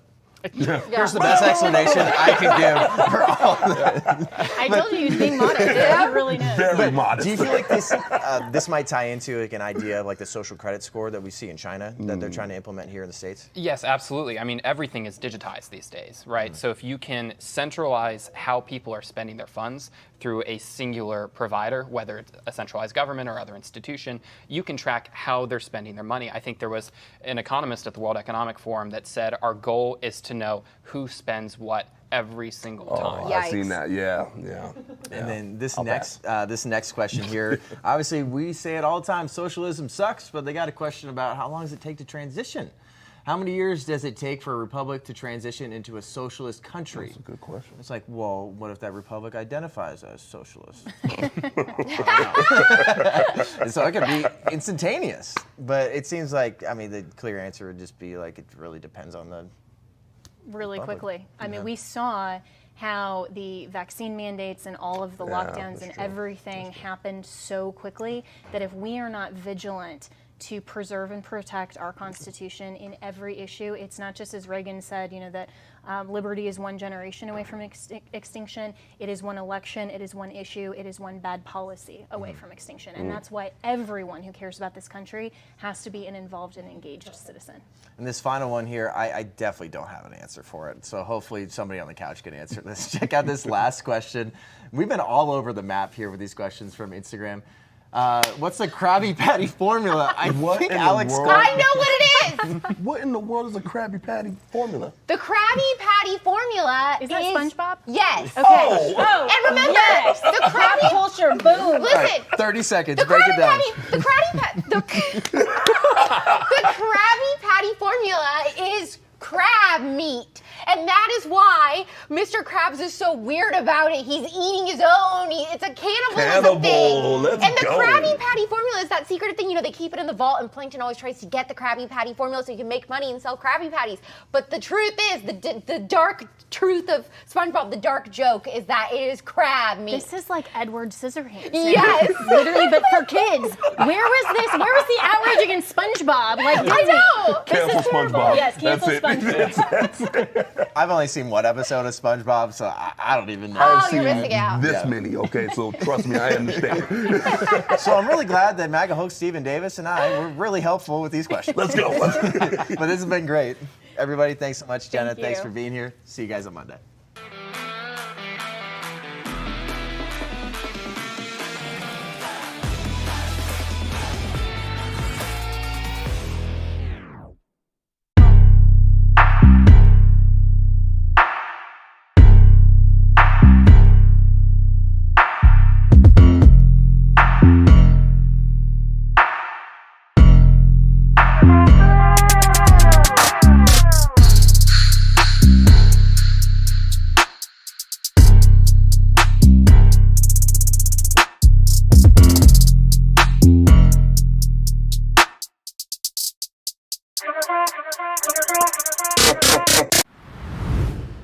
Well, ladies and gentlemen, welcome aboard today's edition of Human Events Daily, powered by Turning Point USA. Today is April 29th, 2022, and Anno Domine. Today's headlines: the Twitter Elon Musk deal. Spread is widening as investors are growing increasingly nervous. We're going to dig into this next. A Pennsylvania DA is warning ballot harvesters that they will face fines in the upcoming election if they are caught. Third, the full interview has been released between Alec Baldwin and investigators after his deadly shooting. And then fourth, CCP authorities are building cages around some homes in Shanghai in effort to achieve their COVID-0 policy. All this and more ahead, Human Events Daily.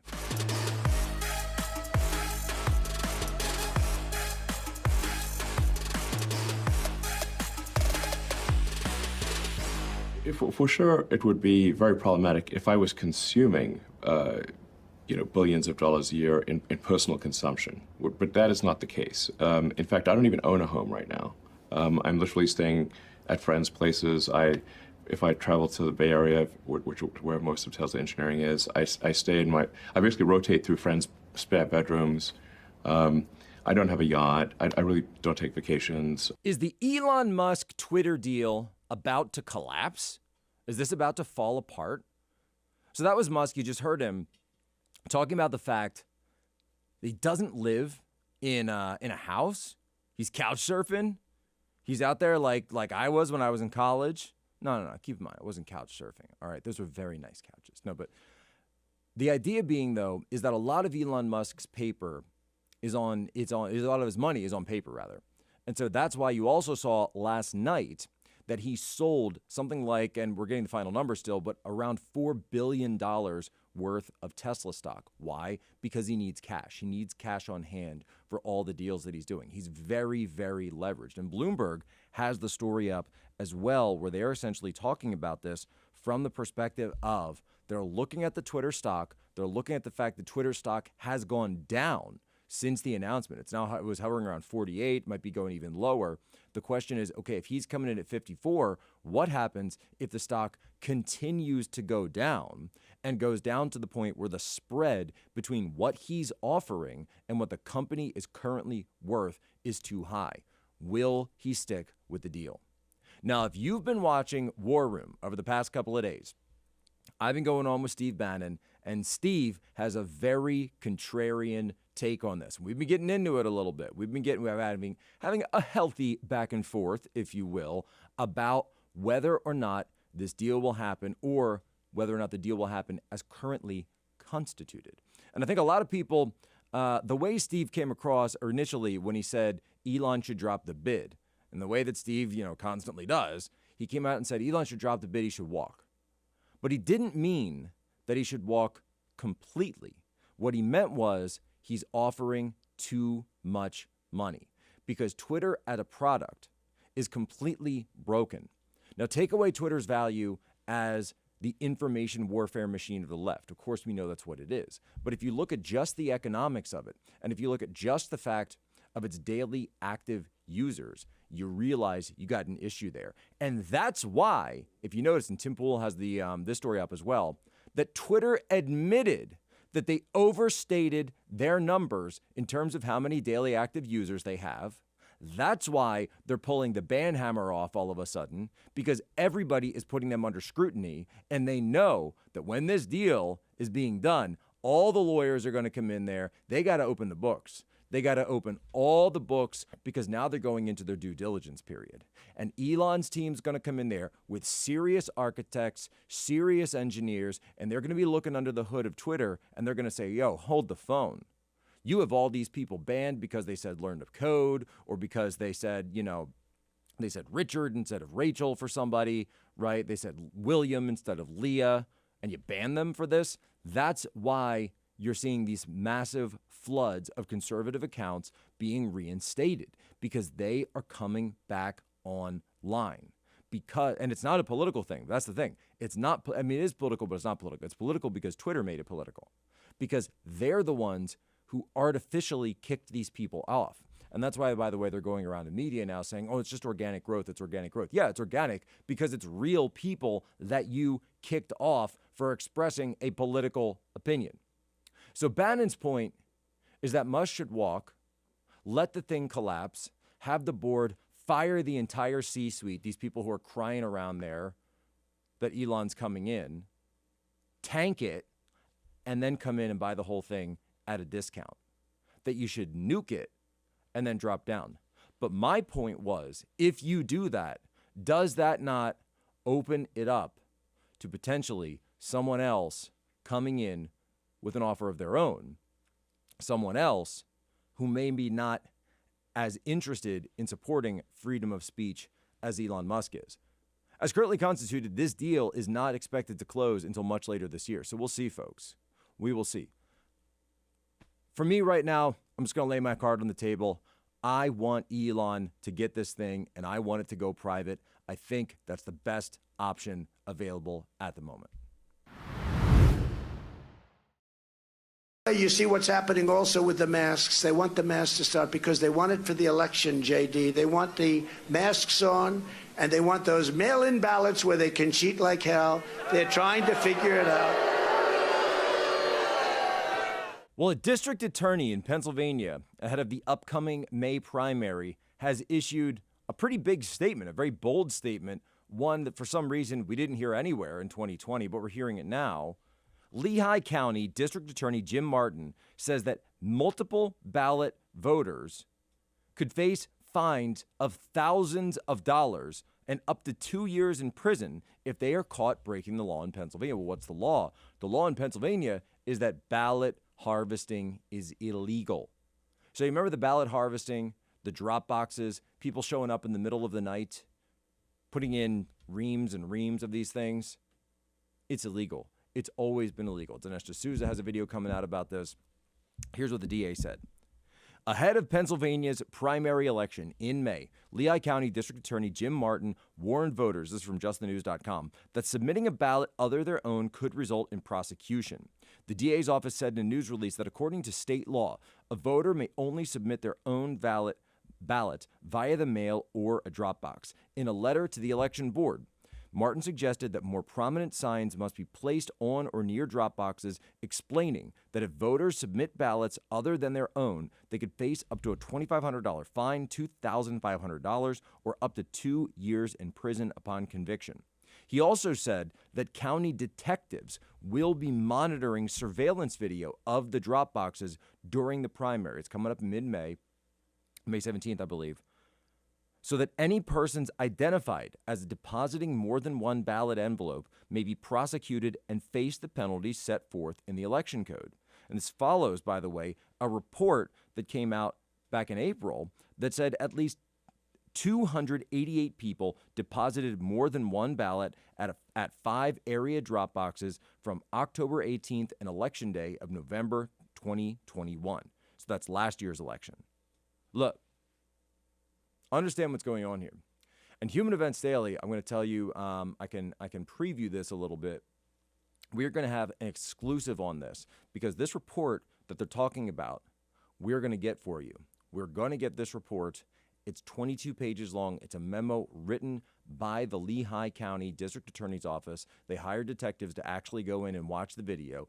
And we are told, and I can actually state this publicly right now, that legal motions are in the works in the state of Pennsylvania over these drop boxes. Understand, this is not the way our elections are supposed to work. All right? If you want to drop your box, right? If you have an absentee ballot, you can put that in the mailbox of your home. You do not need drop boxes for this, election drop boxes. What you're doing is opening it up for fraud. You're opening it up to vulnerabilities.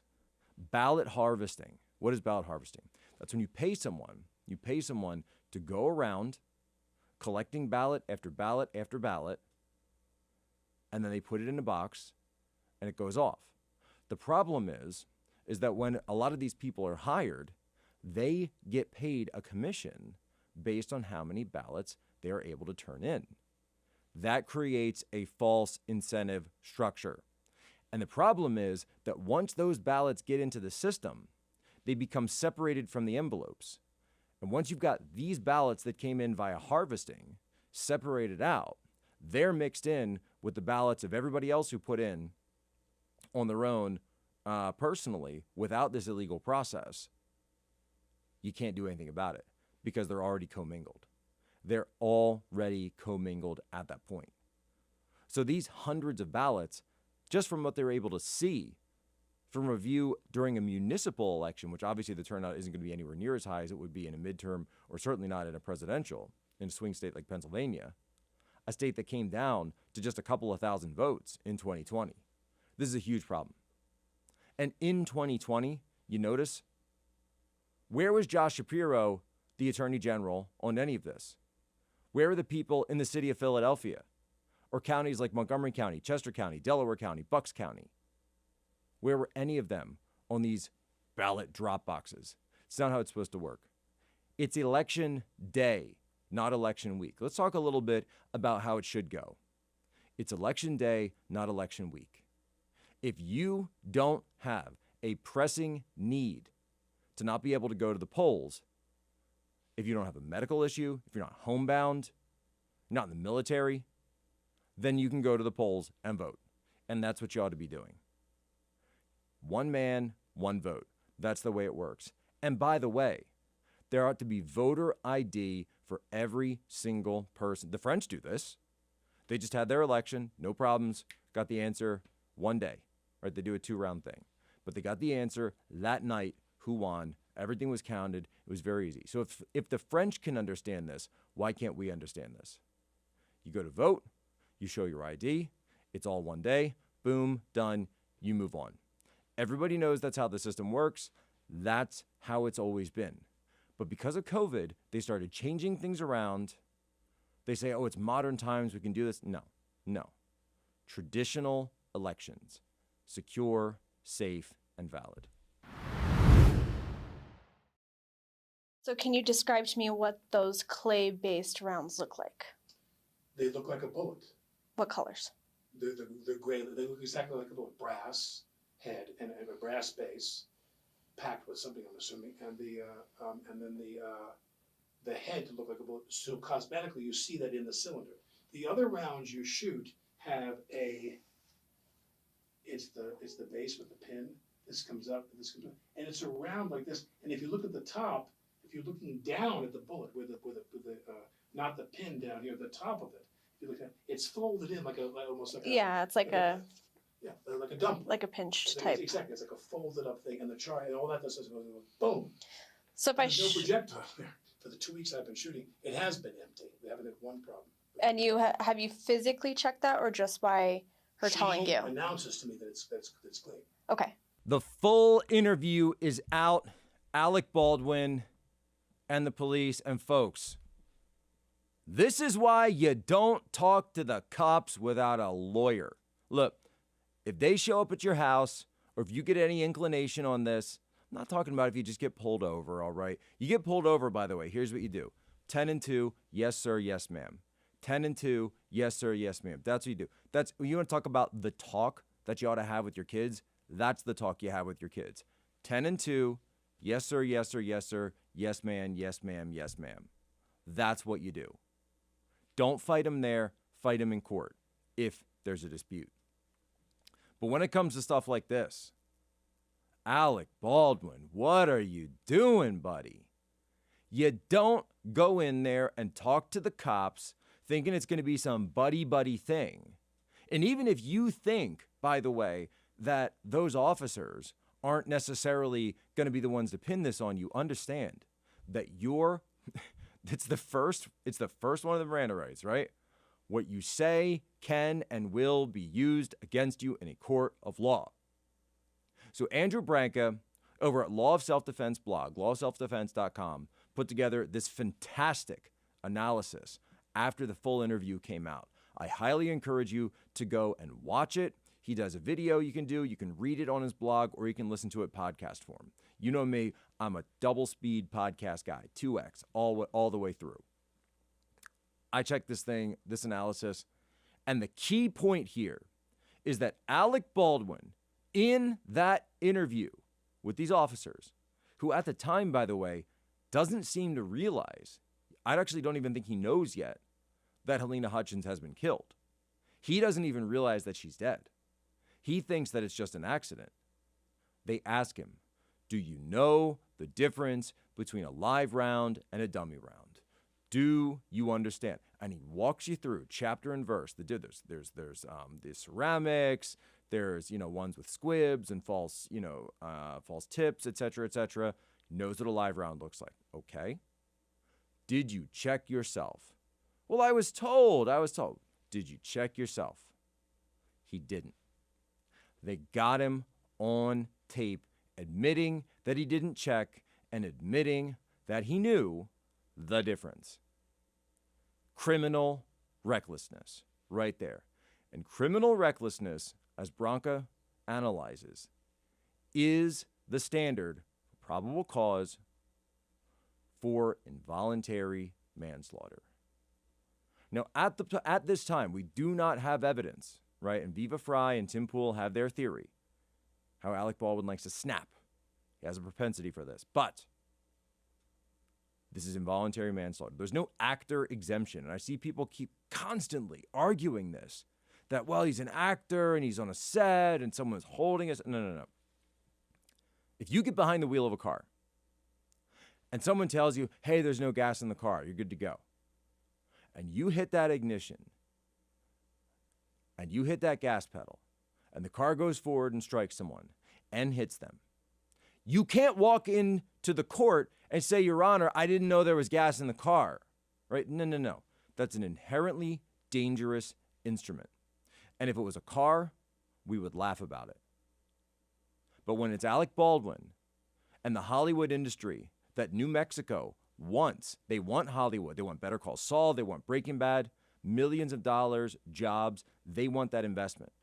So the question is, will they prosecute Alec Baldwin, who we now know knowingly mishandled recklessly that weapon?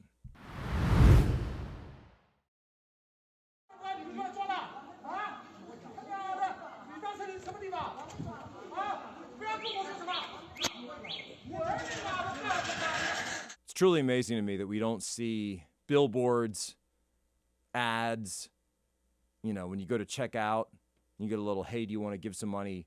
Stand with Shanghai. Stand with the people of Shanghai. You got people over there caged in their own homes with green fencing to prevent them from leaving, that are being put up by the CCP tyrants, all in favor of this COVID-0 policy. And it's coming to Beijing next. They're going to get it there because they're terrified. Xi Jinping is terrified that if this thing gets out, if this thing spreads, that it'll mean that he's lost the mandate of heaven. And if you understand Chinese history, they say that every dynasty falls. But before it does, you get signs, you get omens throughout the land that they've lost the mandate of heaven. And one of those signs is disease spreading throughout the land. Invasion, pestilence, famine, disease. So does the CCP have the mandate of heaven? I don't think they ever did, because it's always been a lie. The money that the CCP has came from the West. It came from the elites and the ruling class, the 1%. Remember we used to talk about the 1%? You can't talk about that anymore. BlackRock, Vanguard, State Street, all of these money market, money management firms that are going into China. That's where the money's coming from. You want to know why Detroit looks the way it does? You want to know why Chicago looks the way it does? You want to know why the New York City subways are 120 years old and they feel like they're 120 years old, but the cities and subways and maglev trains of Shanghai and Beijing and Wuhan are all being built up? That's where your money went. That's where your wealth went. Your wealth was systematically transferred from the American people to the CCP. We built that. You know those little stickers? You know those little stickers they have up? And this was people from both parties. They were stealing with both hands as they shifted our supply lines to a country that ought to be viewed under its current regime as an adversary. And I'm not talking about the Chinese people. I'm not talking about the great Lao Baixing, my neighbors, people that I met and knew, a host family that took me in, taught me Chinese, had me over for dinner. The people of Shanghai do not deserve what is being done to them. The Chinese people are the first victims of the CCP. But now it's coming out and it's spreading across the world the same way that COVID-19 spread across the world. An authoritarianism that is coming to the United States. Disinformation boards headed by Nina Yankovic. This is the authoritarianism of the CCP. You go look at Shanghai. That's what Klaus Schwab wants. That's the Great Reset. That's Davos. You got to go to Davos and show them these videos and say, is that what you want on the streets in New York? Is that what you want on the streets of Philadelphia, in Washington, D.C., Cedar Rapids? Is this what you want for Americans? Is this what you want for the West? Klaus Schwab and the people of Davos, because that's the head of it. Davos is the head. They want to bring it here. Well, so ends another week here on Human Events Daily. Remember our promise, our oath, our solemn vow to you. Be good, be brief, be gone. Your homework for us, share this out with just one of your normie friends. What do we talk about today? The Twitter Elon Musk deal. Will it go through? We got into all of that. Next, Pennsylvania DA warning ballot harvesters that you will be prosecuted. Third, the full interview released Alec Baldwin's confession tape. And finally, CCP authorities building their cages around Shanghai. This is what Davos wants to bring to the United States. Remember, Davos is the head. But before we go, it's time for today's history break. Today, all the way back in 1992, police officers in Los Angeles were acquitted, and the Rodney King riots, the LA riots, began. They engulfed the entire city of Los Angeles. An active duty military was called in to put it down. Ladies and gentlemen, as always, you have my permission to lay ashore. I have been texting my best friend Lauren, who you guys know from last week's episode of The Spillover, and just planning every little detail about coming to the Young Women's Leadership Summit this year. That is the big conservative young women's conference that Turning Point USA puts on every single June. This year, it's June 2nd through 4th in Dallas, Texas. And I am thinking, should we coordinate our outfits? Should we dress separately, not worry about each other, or really plan this out? So you'll have to see if you're coming in person what we end up deciding to do. But hopefully You are figured out. You figured out your travel. You're ready to go. You're already thinking about your outfits, what to wear, and all of that stuff. If you are still hesitating on going because you're like, well, I don't have a Lauren to bring with me. I'm going to be going totally alone.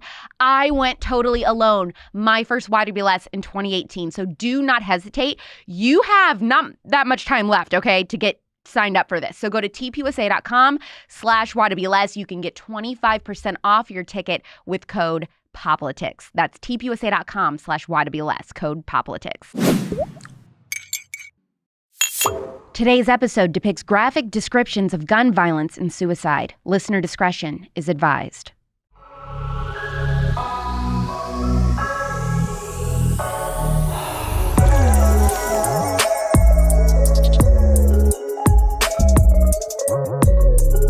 It started off as just a Tuesday morning on April 20th, 1999 in Littleton, Colorado. As these things go, students were going about their normal lives, class, library, studying, passing notes, anticipating lunch. Graduation was just around the corner. You can practically taste summer by the end of April. American culture had not yet been defined by school shootings as we know them today. But around 11:19 a.m., the way America viewed schools and gun laws changed drastically. More importantly, lives were forever turned upside down when two students, donned in trench coats, wreaked havoc upon their high school. They failed to detonate a bomb but managed to carry out a killing spree, resulting in the loss of 13 people and severely injuring more than 20. The library was a central location for the catastrophic ordeal. Many of the victims never left the library that day. But today's guest miraculously walked away after being the last person to speak to the shooters. He's since become an advocate for the Second Amendment and increased school safety. Here to tell his harrowing story of surviving one of the deadliest shootings in America, Columbine, is Evan Todd. Please welcome Evan to the Spillover. So before we get into the specifics of that day in particular, Evan, I don't want to give the shooters a spotlight or name them or anything, but I do want to understand a little bit of what you were dealing with them on campus. I mean, prior to April 20th, 1999, what do you remember about the shooters and their relationships? Like, did they have a friend group? Did they have girlfriends? What was it like going to school with them? Yeah, so I was a sophomore and they were seniors. And so I had seen them in school before, and they did affiliate with a group that was known as the Trenchcoat Mafia, or at least they were perceived to associate with them. And, they were just a group of kids who wore all black. They wore trench coats. They just were kind of into that goth and dark scene. But I really didn't know them. I remember a few months before the shooting, I had one interaction with them, and it was the only interaction I ever had. I was walking through the hallways. It was during a class period, so the hallways were empty except for myself and the two of them. And they were walking down the hall. We were walking towards each other, and they were joking, laughing, talking back and forth to each other. I don't even know what they were saying. And as I walked by, I just kind of nodded my head, and they kept laughing, and they walked on. And that was really the only interaction I ever had with them. I mean, people say that they were bullied, which is why they decided to do this. Had you ever heard of that, of them being bullied? I mean, was it like superficial stuff, like people just calling them names, or were they being like physically bullied? This is a narrative that has bothered me from the very beginning because I think it's a false narrative. I don't doubt that they were bullied. I was bullied. I don't know a single kid who went through high school without being bullied at some time. And yes, some people get bullied to different degrees. And I agree that bullying is wrong. Like, that's something we should teach our kids to not do. But the narrative that they were bullied and that's why they did this really bothers me because to me, it's actually perpetuated the problem. In a way, society said, bullying is, or I guess murder is second to bullying. Like, it gave, I think, people subconsciously, especially people who have some mental issues or have been bullied, almost a green flag, like, oh, people will understand I was bullied. And so that overarching theme really bothers me. But, what I witnessed at Columbine, I never saw crazy amounts of bullying. Yeah, I saw it at times, and I even stopped some bullying at times. Some from the trenchcoat mafia at one point. But, and I'm not an angel. I'm not saying I was perfect either, but there's, that whole narrative is false, and it's not the reason why there's school shootings. Did students know that these guys had violent desires? Was that well known, or just completely caught everyone off guard? I think for the most part, and knowing what I know now, hindsight's 2020. Not everyone knew that they were violent, but some did. The teachers had reported one of the two writing an essay about being a bullet and killing people. One of the families, and actually a friend of theirs, Brooks Brown, the Brown family had called the sheriff's department on the two murders prior to the shooting because they had threatened to kill him. The school knew about some of their violent writings because of their work in class. But see, a lot of this at the time, too, in the 90s, people dismissed the things that kids were saying and doing as just going through a phase. That was actually the big term, like, oh, they're just going through a phase, and they accepted it. And I think now we look back and there are red flags, and it's sad to see because a lot of times we see these school shooters. I mean, heck, like down in Parkland, they had, I don't know how many contacts with the FBI. Right. And these are almost predictable. And it's sad because when there's a threat, they don't deal with the threat and they don't take the threat seriously. Like, threatening to murder someone, that's a crime in itself that should be followed up on and pursued, which could eventually prevent one of these horrible things from happening. Take me back to that day, 23 years ago, now this month. Was there anything about that morning that seemed off to you? Did you have any sort of intuition or sense that something catastrophic was about to happen? The bizarre thing is, it was in the fall of '98. I was a Boy Scout, and I used to get this monthly magazine that they shipped out to Boy Scouts. And there was a story about an Eagle Scout in Oregon who had tackled a school shooter who had came into their school. And he tackled him while the shooter was trying to murder other students.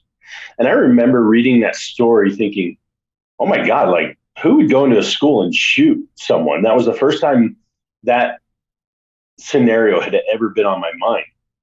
And I remember thinking like, wow, like, would I do that in that situation? And I remember thinking about it. And then time went by, 6-8 months went by.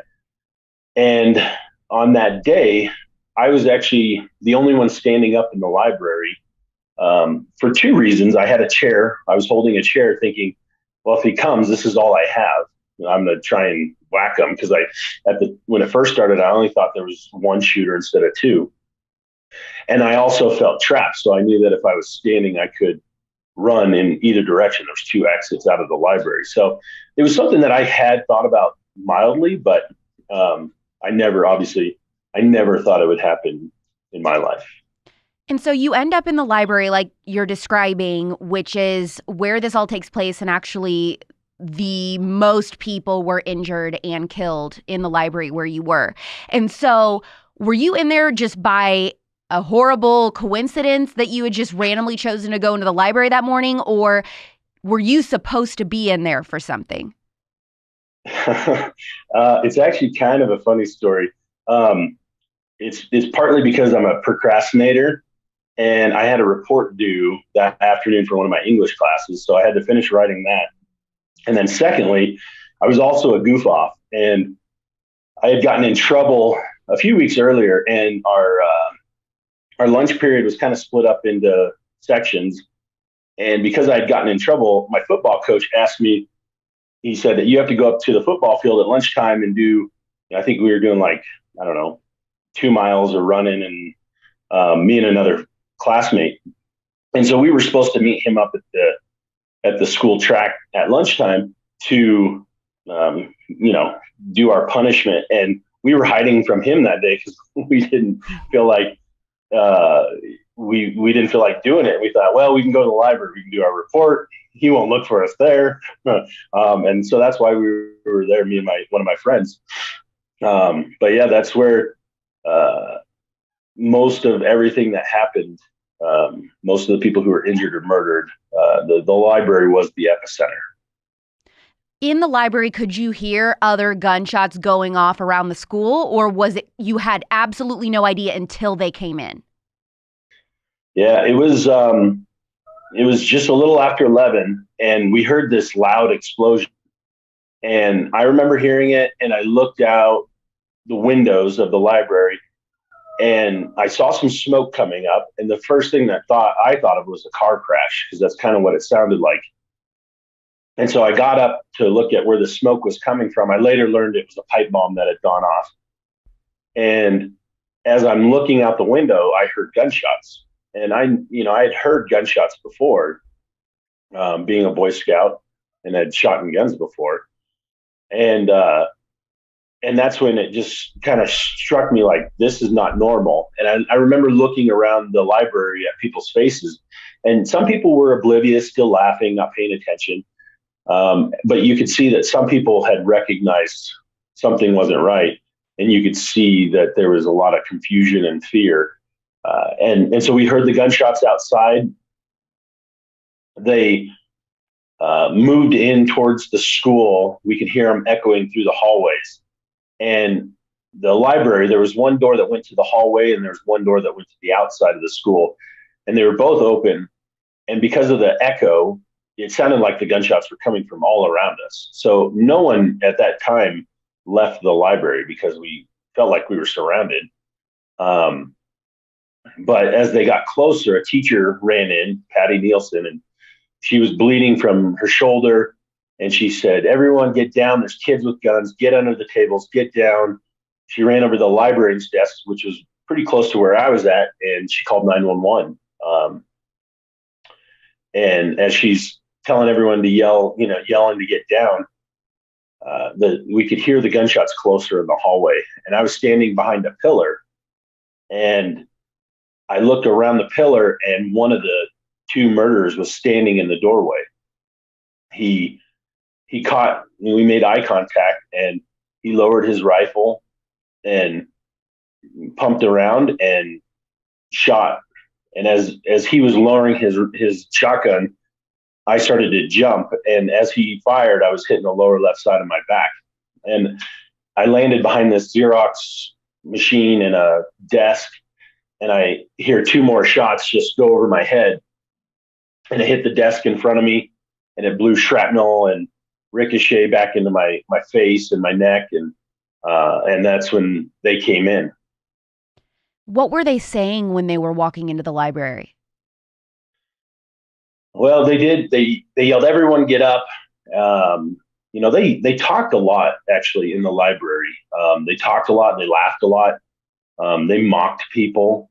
They said some very disgusting and vile things about Isaiah Scholes after they had shot him in the head.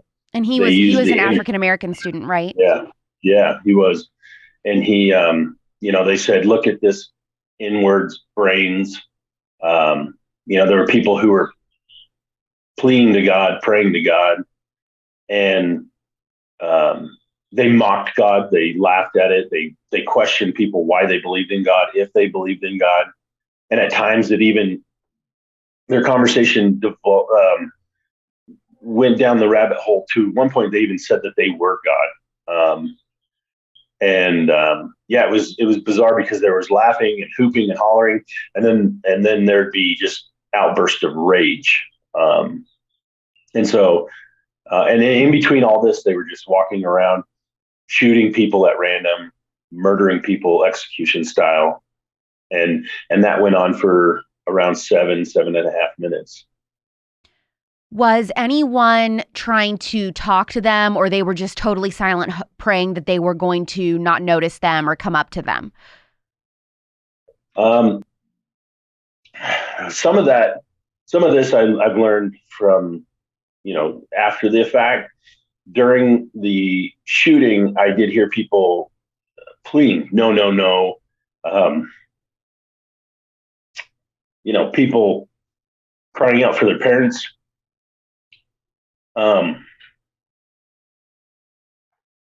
And in the aftermath, I learned that there were people who just played dead, acted like they were already shot. Kyle Velasquez was sitting in his chair still, just frozen, when he was shot and murdered. And so, it was the most horrific thing. And the whole time you're thinking, this has got to end. Someone's got to come in and stop this. And at this time I knew at this time that there was two of them, because I had heard their conversations and, gunshots coming from different directions. But at this time I had crawled around the librarian's desk into one of the footholes, just trying to hide. And so that they wouldn't see me. But eventually they came around the library's desk and saw me, pulled the chair out, and one of them kneeled down and he put a gun up to my head and he said, "Why shouldn't we kill you?" And I told him, "Look, I've been good to you and everyone in the school, and you know it." And he said a few things, turned to the other one, said, "You can kill him if you want to." They kind of looked at each other for a moment, and that was a real bizarre moment for me as well, because they had just walked around murdering people, and when they asked why they shouldn't kill me, that conversation that went on, something changed in them. I saw their eyes change, their appearance changed. Something changed in their mind, and I don't know what it was. If it was, I think it was divine intervention. But I later learned that was essentially it. They didn't shoot at or kill any more students after that. What had happened at Columbine was essentially over.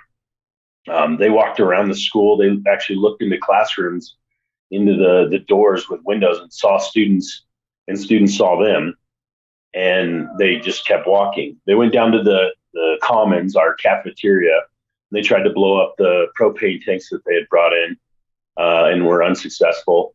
And then they went back to the library a while later and committed suicide. When the suicide, do you think that they each shot themselves or they shot each other? Yeah, that's something that's been debated, and I don't really remember what the actual official report was. I really don't know. I could see it going either way. I think both of them were sick mentally, morally, and so I could see them, one shooting the other. There's been a discussion since Columbine with if one was a leader over the other. I don't know that to be the case. They sounded pretty, mutually despicable during that day. So they may have killed one and then the other and then shot themselves. But yeah, that I don't know. Since this was 1999, this was before everyone had a cell phone and things like that. So were kids trying, to write quick notes to their families or anything while this was going on? Did you ever hear of anything like that? Yeah, there were people who, I don't know about the notes, but yeah, cell phones weren't as popular. A few people had cell phones, but the thing is, I had a cell phone at the time, and it was in my backpack, so I didn't have it with me. But I remember trying to use it, that day and the days after, and when I could get a call through to someone, all the lines were busy because people, that was really the only line of communication. Nowadays you can go on, 50 different social media apps or whatever, and there's an infrastructure for it, but everything essentially melted down where the cell towers were just full. So if you got through, you usually got a busy signal when you're trying to talk to someone. Texting really hadn't really caught on, and most of the time you couldn't even get a call to get a busy signal because there just wasn't any bandwidth on the cell tower. So whoa, okay. Well, I read a few articles saying how some parents did not even know that something had happened until it was after school and their kid hadn't shown up. Not necessarily because they had died, but just, they were stuck at school or whatever, And so is that true? Some parents had no idea for hours that this had gone down? Yeah, I believe it. That the late 90s was kind of the turning point in media, and social media really didn't exist, but people didn't they weren't glued to the current events like they are now, like the Fox News breaking, CNN, this and that, pushing like drama 24/7. So most people just lived normal lives. And if they watched the news, it was just like the 5 o'clock or 10 o'clock news or whatever it was back then. And so, yeah, people were kind of oblivious until word spread, and word spread kind of the old fashioned way. People would tell each other, they'd call each other. And then the news picked up, but I think that did change.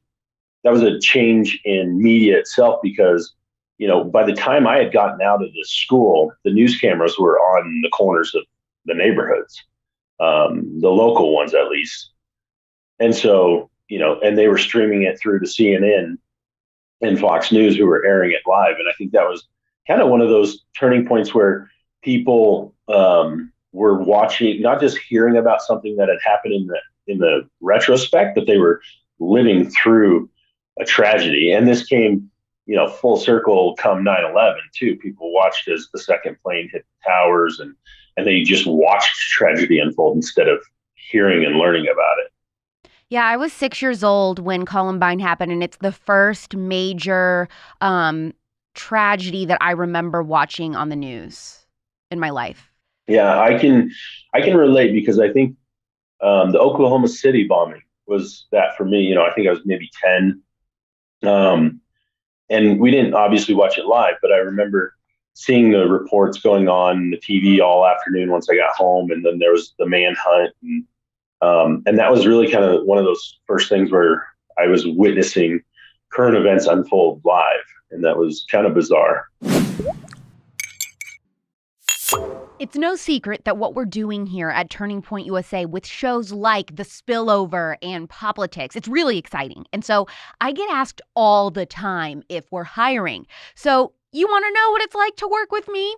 Well, it's as great as having a massive, thick boy box of moink meat delivered to your door. That's moo plus oink. Moink. It's a meat subscription box company that you've probably seen on Shark Tank. And everyone on my team who works with me for The Spillover is begging me to share with them because, I get this huge box and it's full of grass-fed and grass-finished beef and lamb, pastured pork and chicken, wild-caught Alaskan salmon, just to name a few of the items. And so they're all wanting me to share it. I cave.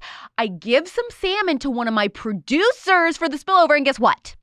He makes the salmon and risotto, invites another member of my team over to eat it, and doesn't invite me. Here's the deal. Try Moink if you want melt-in-your-mouth beef, chicken, and pork. Just know that your friends will choose the meat over you every time. I'm just kidding. Well, sort of. I love Moink, and you will too. Keep America farming by signing up at moinkbox.com/spillover right now, and Cute-servatives will get free filet mignon for a year. That's 1 year of the best steak you'll ever taste, but for a limited time, highly recommend the ribeye. That's MOINK box.com/spillover. That's moinkbox.com/spillover. How long did you guys have to stay in the school before you were rescued? So I was lucky when they left the library. I got up and I remember whispering. I said, "Is anyone alive?" And the library was filled with smoke from the bombs and gunshots. And I looked out and I just saw lifeless, motionless bodies lying on the floor. And I whispered it because I learned afterwards that my hearing had basically shut down temporarily. The investigators told me that like the fire alarm was going off. There were people crying and screaming, but I heard nothing. And so it's a natural, physical reaction that happens to people. But I whispered that and no one answered. And so I made my way back towards the back of the library, and then within a few seconds, made my way on the way out of the library. And I ran out, and there was just dozens of students behind a police car, dozens more behind a little utility shed that was outside. And that's where a lot of people who were wounded had made their way to. So there's a lot of victims who had been shot.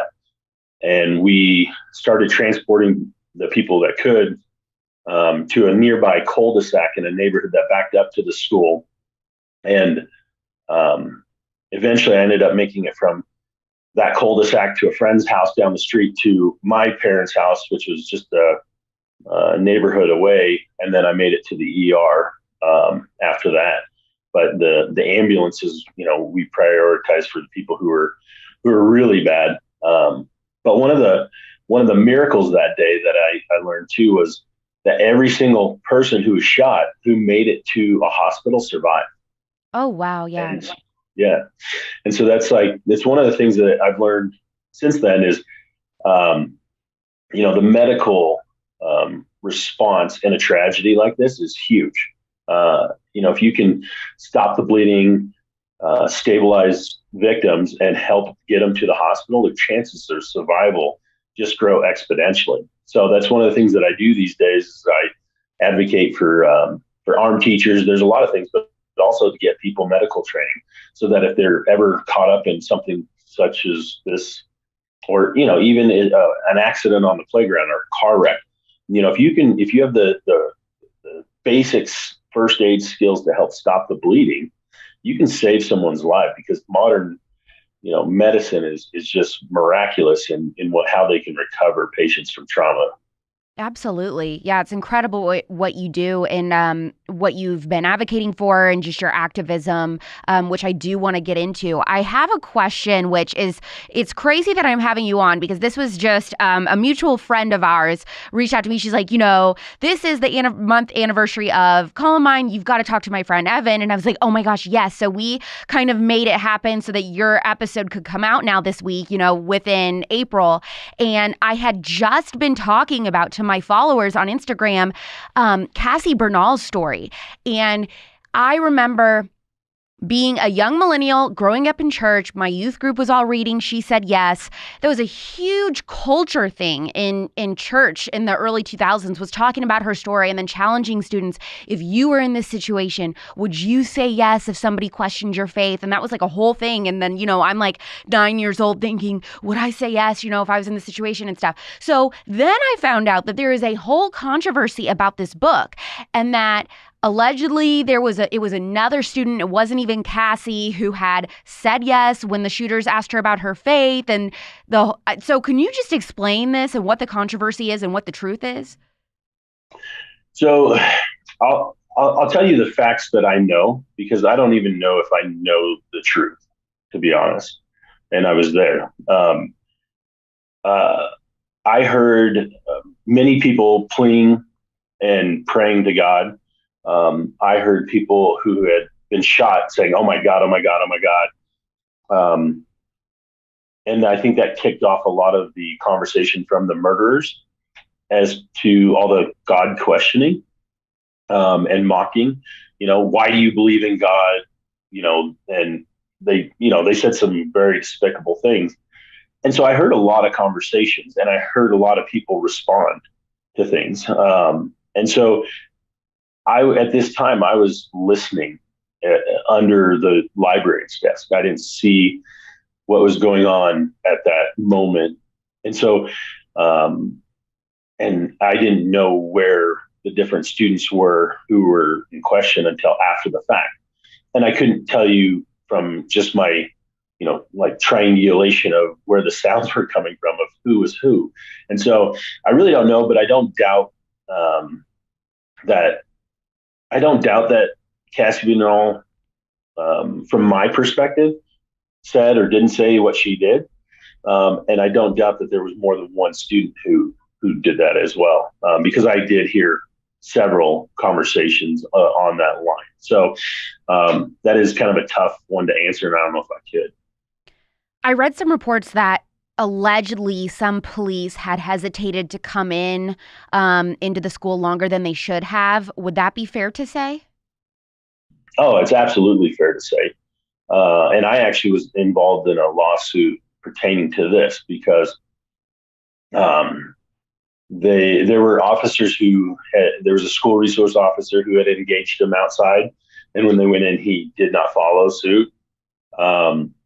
And there were other officers, even from other jurisdictions, who came and started to go into the school and were called back out. Why? Because, and this is the thing that I learned through the lawsuit too, is in the moment, I believe that they were doing what they believed was the right thing. You know, school shootings were very rare. There had been a few before, but the protocols for what was going on was to surround the perimeter and wait to do negotiations, because they were used to like hostage situations and things like that. So I don't fault them in the moment because, you know, they're human. They were going off of what they had known. You know, you can't expect someone to be perfect the moment they need to be all the time. And so that's one of the things that I give credit to the law enforcement community is they looked at what happened at Columbine and they said, no, this is the worst protocol to contain. And that's where the active shooter protocols of various names were instituted in police departments, where they go in and they go after the active shooter. And that has saved countless lives over the years. Same thing happened in Parkland too, with that police officer, you know, being scared to go in and listening to the gunshots go off inside the school. Yeah. And this is a perfect example. There's plenty of examples that actually don't make the news very widely, where school resource officers have either prevented or immediately stopped a school shooting, and they don't get the headlines because, well, the gun groups aren't pushing them because they are, you know, using them for a political means. So there are a lot of great resource officers. In fact, I have some friends that I grew up with who went to Columbine who are school resource officers, and they're invaluable. But on the same token, they're all human, and that day they could be, you know, 2 years from retirement, or that day they could be, you know, something can happen, and no one's perfect. And that's why that's another reason why I advocate for school teachers and staff to be armed, because redundancy is key in these kind of situations. Having more than one person. You can ask any law enforcement or military, how do you win a gunfight? You bring more guns. I mean, as bizarre as it sounds, the more people you have on your side to stop a threat, the better. And that's just a fact of life, even if it's uncomfortable for some to realize. How long were you guys out of school before being allowed to come back and resume a normal school schedule? So Columbine closed down for the summer. We did resume school. I can't remember now, but I think it was within a week or two at a neighboring school we shared with our rival school, actually, Chatfield. And they went in the morning from like 8 to noon, and we went from like noon to 4. And it really wasn't school because there was only a few weeks left. We just kind of gathered together, talked, you know, and spent time with each other, just so that I think, you know, that we weren't alone dealing with what we had just gone through. But we did the following fall go back to school, and it was something that I didn't know how it was going to go. Going back into the school, they had remodeled and, you know, repaired all the bullet holes. They closed off the library that year, so it was just walled off. And so that was something where you'd walk by the hallway and you knew that's where everything happened, but that space was still there. but eventually going back to school, made me recognize that I had more good memories there than bad. And so, yeah, that was something that was definitely, I think, a stepping stone to overcoming and dealing with the tragedy, was kind of face it and to realize that life does go on. Were there some students who were completely yanked out and pulled out of school by their parents that never returned, like as in, they were homeschooled or just went to a whole nother school or anything? Yeah, absolutely. There was quite a few who went to other neighboring schools or homeschool. And there was almost 2,000 students that were there. I don't know the numbers of who returned, but that's 2,000 people who all had a different perspective, who had a different experience, who dealt with it in different ways. It's really amazing to see how the same tragedy can lead to so much either heartache and devastation or good. And I mean that in the sense that there's so many people who came out of Columbine who, like I said, either became school resource officers, or there's a ton of nurses and doctors that came from that. And some of that stems from that day. There's people who became teachers and, public speakers, motivational speakers, bloggers, the good that has come from that day, youth ministries and all kinds of stuff is far outweighs the evil that was done that day. Did you ever struggle with survivor's guilt? Yeah, honestly, I think if you read through a psychology book, I struggled with all of it. There were good days, bad days. There's times where you think, like, why did I make it? So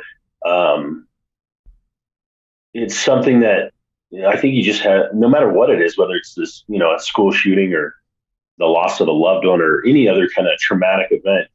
I think for me, it's just working through it is how you get through it. And so I also was blessed where, because I was outspoken, I traveled a lot and talked about what happened at Columbine. In my experience, and I also responded to other tragedies, just to be an ear for someone to talk to. But because of my travels and my experiences, I was able to meet, firefighters from 9/11 and survivors from the Oklahoma City bombing, World War II heroes and Holocaust survivors, and just some of the most motivational people that have walked the earth. And so I was blessed in that I saw how people overcome horrible events in their lives and how they can turn it not only from something bad, but something truly good. And so the fact that I immersed myself in these people's experiences and lives, I think was most beneficial for myself. And so, I looked at that and just thought, if people really could put themselves in other people's shoes and see the power that the human willpower and desire to survive, and I especially learned that from Holocaust survivors, it really is empowering. I look at almost every single mass shooting that we've had that, people can think back on this last generation. And it just seems like every single time there were warning signs, like you talked about with the shooters at Columbine. There had been blog posts of them threatening to shoot kids, and the police had been notified. Parkland, the police had been notified. So in all these different situations, we have that evidence that things fail at the state and local level. And yet people still want to implement stronger gun control laws. What do you say about that? Yeah, well, and I think, there may be a nefarious plot by the power brokers who pull the strings to, not focus on Well, and it's pretty evident to not focus on the problem and just go after the guns, because that's the political goal. Take, for example, Bloomberg, Everytown, Moms Demand Action. They spend millions of dollars trying to take guns away from people who have done nothing wrong. And at the same time, they have not spent a single cent to try and protect our schools. They haven't spent a single moment trying to make our schools safer from the people who are actual threats. And all they do is they try and divert the topic to take guns away. Where if they really wanted to solve the school shooting problem with the millions of dollars and the people behind it, I think we could come together and find ways to make our schools safer. But they don't want that. They just want to take guns away. And so I think that's a huge problem, because they have the media on their side. They have the narratives. They have, they're controlling the social media, the big media. When in fact, the problem is our schools are being attacked and we're not protecting them. I mean, it's like if we got in a car accident and we thought, oh, we need to just ban all cars. Like, no, we just need to have better training, have, better driver's safety. We need to have better car safety. Like, those are things that are the problem. But well, what are realistic steps that schools should be taking to prevent school shootings from happening? If it's not stronger gun control measures, which, by the way, I don't know a school in America that's not a gun-free zone at this point. Right. If it's not that, then what is it that they should be doing? So there's several things that, and I think it has to start with the parents. The parents really need to demand it. They need to demand that every day that they drop their child off at school, they want their child to be protected every single second that they're there. We are entrusting them with not only their minds, but their lives. And so parents need to be very vocal. And for instance, in the state of Colorado, we have gun-free zone laws because that's a national law that coincidentally started with Joe Biden's crime bill. It's morphed and changed over the years with different bills, but that's essentially what gave us the gun-free zones around schools. Which should be repealed at the national level. But locally, like in Colorado, we have a state law that allows school staff to carry firearms if they're trained properly and vetted and all that. And there's other states that have similar provisions. So as a parent, you need to ask your school boards and principals, is this, and also look at the state laws to see if it's possible in your state. And you need to demand that you should have school teachers, administrators, staff to be armed and trained. And that's kind of a whole process, but that's the first thing that parents really need to start looking into at the school board level. And if there's school boards who are hostile to it, which we've all seen over the last few years, then yeah, it's tough, but maybe that's time for parents to stand up and say, we need to take over the school board so that we can protect our children. And I think that's the only way that it'll really happen. I think school choice would help, because there's a lot of charter schools and private schools who do protect their schools. And in fact, every school that has, over the last 20 years, I think there's been 1,000 schools who have had armed teachers.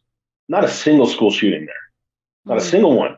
Not a single incident, not a single injury, not a single murder. And so if you allow parents and communities to protect their children, they will. The federal law is just, the only thing it's doing is hindering and stopping parents and communities from protecting their schools and children. So that's got to go, but parents have to start at the bottom. That's number one. Number two, I'd say I would get everyone in the school, as far as faculty, staff, trained on basic first aid, CPR, TCCC, which is, like a trauma combat type training to stop the bleed. Yeah. And those are just some of the steps that I think they could take that would greatly enhance, and that's just, there's two ways I look at it, this problem. It's like a cancer to me. There's ways to prevent cancer and there's ways to treat it. That's how you treat it. You have to have someone to go in and physically kill the cancer when it arrives. And then there's ways to prevent it. And I really think the anti-bullying programs have been destructive. And I could go on and on about that. Well, give us a summary, because that's interesting to me. What's like a quick summary of how have anti-bullying programs been destructive in your eyes? So the way I see things unfolding in America today doesn't surprise me. I couldn't have predicted it. And I say that because anti-bullying, what it essentially did was it told kids, you need to treat me this way because this is the way I want to feel. And so what they did was they reversed the responsibility, the individual responsibility of, you need to take responsibility for your own actions, because people might be mean to you. People might be rude to you. People might even be physically harmful to you. But you need to control your own actions. The anti-bullying campaigns basically said, okay, you as an individual need to go tell everyone else how they need to treat you, but don't worry about your own actions. You need to focus on other people's actions. And I think that's why we see a lot of the pronoun stuff and the, you need to treat me this way and this. And so I think it's changed the responsibility of our own actions and behaviors is the best way I could put it in a nutshell. That's absolutely fascinating. I don't think I've ever heard anyone kind of put it that way. Yeah. And not only that, I think the anti-bullying too, it promoted the idea that, we need to do this because kids are going to shoot up the school. So then it also reinforced the idea that murder is second to bullying. And that's not the case. The most despicable thing that happened at Columbine was 2 kids went in and murdered 13 people. And that's not the narrative that's being told. The narrative is, hey, you better be nice to people or people are going to come shoot up the schools. And so just the little nuances in our messaging, I think, has a huge impact on our children and our society. And so that's why, like I said, in a nutshell, why I don't like the anti-bullying campaigns. We didn't need anti-bullying campaigns 100 years ago when we just taught children how to be respectful and how to treat other people and how to take responsibility for their own actions and what is right and what is wrong. I don't think it's any surprise that as we've removed God from schools, even the mention of God from schools, the worse things get. People say, "Oh, we have a mental health crisis." Well, yeah, we have a mental health crisis. We have a spiritual crisis because these kids have no compass as to what is right and what is wrong. They have no direction. Everything is fine. Everything is acceptable as long as the powers that be deem it, and that can change at any moment's notice. And that's not true. That's not a true moral compass that will guide you to a good place. And so, when they say there's mental health issues, yeah, well, it stems from a moral decay in our schools. And that's another reason, you asked me, how do we prevent it? Get your kids out of public schools. I mean, that's the number one thing until we can reform them or get, school vouchers or some ways, because I think that parents would solve this problem. But at every turn, local, state, and federal governments are standing in the way from parents from solving these problems that are plaguing our schools, whether it's the school shootings, whether it's the suicides, whether it's the depression, the anxiety, you name it. These kids are under attack from all angles, spiritually, mentally, physically. Like, it is disgusting. And yet we allow the teachers union to keep pushing their agendas in our communities. It's nothing but destructive. So well said, Evan. You've done a lot of activism and advocacy for school safety and the Second Amendment, like working with organizations like Bullets Both Ways. Could you talk about what they do and or some other organizations that you really love that people may want to get involved in if this is their passion point? Like, I really want to be an advocate for school safety. That makes sense. Yeah. Bullets Both Ways is great American brand that make hats and t-shirts which help fund the training for school staff to get the medical and firearm training to keep schools safe. They primarily work with another organization, Faster Colorado, who trains teachers, staff. They actually go through the 3-day class. This training is, top of the line. It's the same training that law enforcement gets. In fact, it's harder than the training that law enforcement gets. They have to go through the same qualification, but they have to do it with two more shots than that law enforcement has to qualify with. So, they're getting top-notch firearms training, scenario training, medical training, and it's a great organization. And there are tons of organizations throughout the United States that are at the state level that are doing both the firearm training, the medical training. If you want to, there's some that I have contacts to. If you want to reach out to me. Yeah, what is your contact if people want to either invite you to speak, for their organization or on their college campus, or just to contact you if they want to learn more? Yeah, I do have a website, evanmtodd.com. Evan, EVAN, M as in Michael, TODD.com. And I'm also up on social media, mainly Instagram now, but Evan M. Todd, at Evan M. Todd on Facebook, Twitter, Instagram. Reach out if there's anything I can do to help make your community safer or to help protect the lives or liberty of anyone in your life. Please let me know, because that's what I do. You're awesome, Evan. Thank you so much for coming on the Spillover. Thank you. It's been 23 years this April since Columbine. But for millions of people all over the world, they remember that day in vivid detail, like it was yesterday. Rest in peace, Cassie, Daniel R., Daniel M., Isaiah, William, Rachel, John, Matthew, Lauren, Kelly, Stephen, Kyle, and Corey. Also Carla, who committed suicide in October 1999.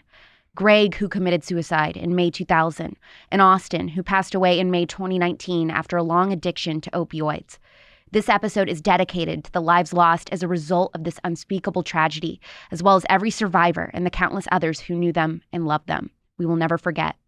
I'm very proud to host The Spillover and the thought-provoking guests and conversations that we're able to have every single week. New episodes post on Thursdays at 9 p.m. Pacific, midnight Eastern on Apple Podcasts and Spotify.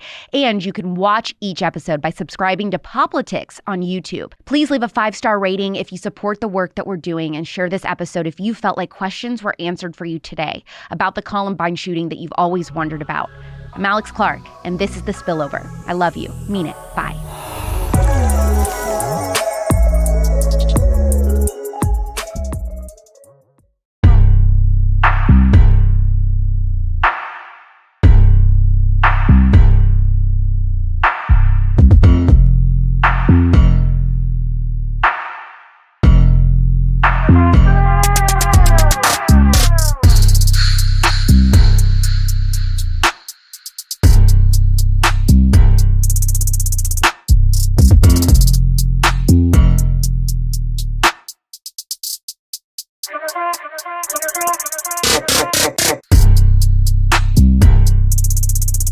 This random dude kept constantly sliding up on my posts, so I had to do what I had to do, LOLL.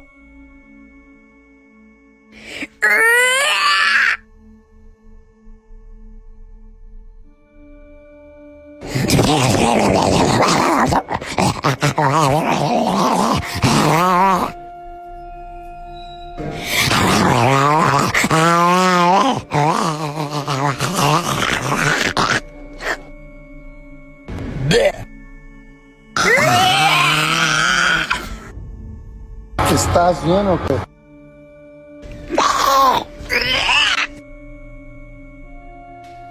Blah. Blah. Blah. Shoot, girl, give him a chance. He completely matched your energy. Who knows? Might be the one. There was one time when I lost my voice completely, like dead serious. No sounds would come out. It happens to me once or twice a year where I am mute, but I went out with friends that night anyway. And so this guy at the bar came up, he tried talking to me, and I ended up going, and he got mad at me. He thought I was making an excuse not to talk to him, that I was lying about not having a voice. He's like, oh, really? Yeah, you lost your voice? Nice.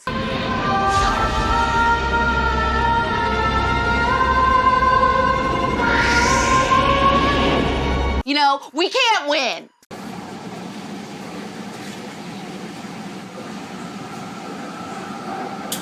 Quick but meaty show today, and don't worry, it isn't raw this time. The Biden administration is setting up the Disinformation Truth Police. You won't believe the literal witch he's putting in charge, and I'll tell you what the politics Ministry of Truth believes.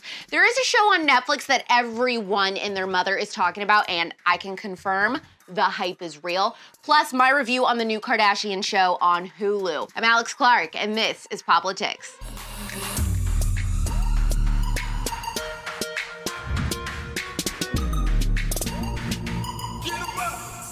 In order to save lives and fight misinformation and, well, what really is restricting free speech, the Biden administration is launching a Disinformation Governance Board within the Department of Homeland Security. They are putting a Russian misinformation expert, her name is Nina Jankovic, to be the executive director. And here's the deal on this woman. I honestly wouldn't be surprised if she boils children.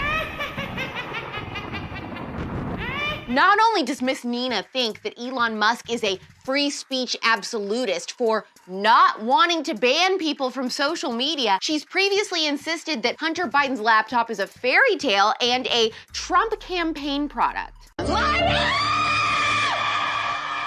Considering the laptop evidence we have today and her stance that the First Amendment is bad for marginalized communities, does Nina actually know what misinformation is? She may be a Russian misinformation expert, but I'm sure she loved attacking Trump with Russian election fraud. I actually think President Biden's the one who's misinformed here. So then I got to thinking, if politics had a Ministry of Truth, what would our Ministry of Truth say? I don't care what the haters say. Anyone who disagrees with these following things shall be banned. Birth control is poison.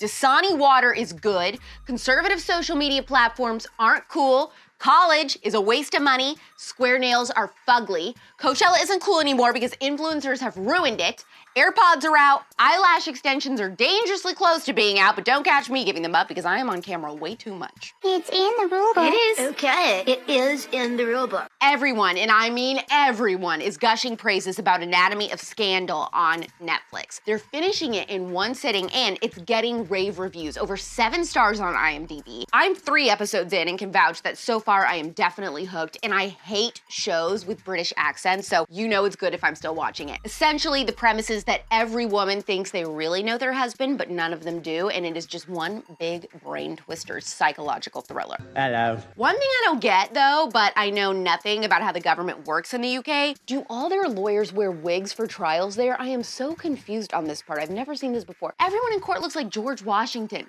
What the actual heck is that about? Anyways, here's the trailer. You seriously have so much homework lately. Like, if you are behind, you have some major catching up to do. It meant nothing. It was just sex. Nothing's just sex. There's more. You're not telling me just to tell me.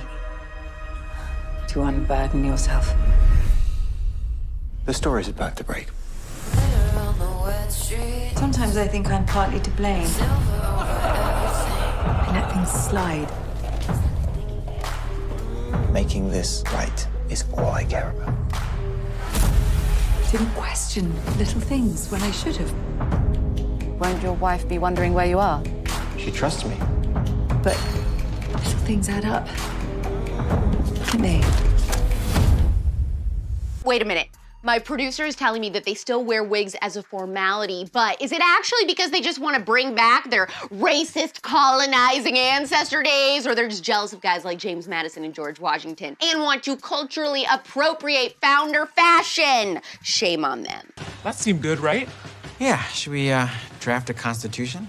Yes. Speaking of TV, is it just me or does the storyline of the Kardashians' new show on Hulu just suck? Like, what is this drama? Kim freaking out that Ray J had more unseen sex tape footage of her, supposedly. Of course they find out that he doesn't and it was all a sham, but like, how stupid are you guys? Of course there isn't any more footage. Honey, that would have come out 10 years ago if it existed. He needs money. I am sufficiently bored. I think the Kardashian reality show era is over. I mean, I really like them on social media and keeping up with them there, but I think they're just too try-hard party now for the show. This whole Black China trial that's been going on, also fraudulent reality TV BS. It's just losery. I'm not into it. Next.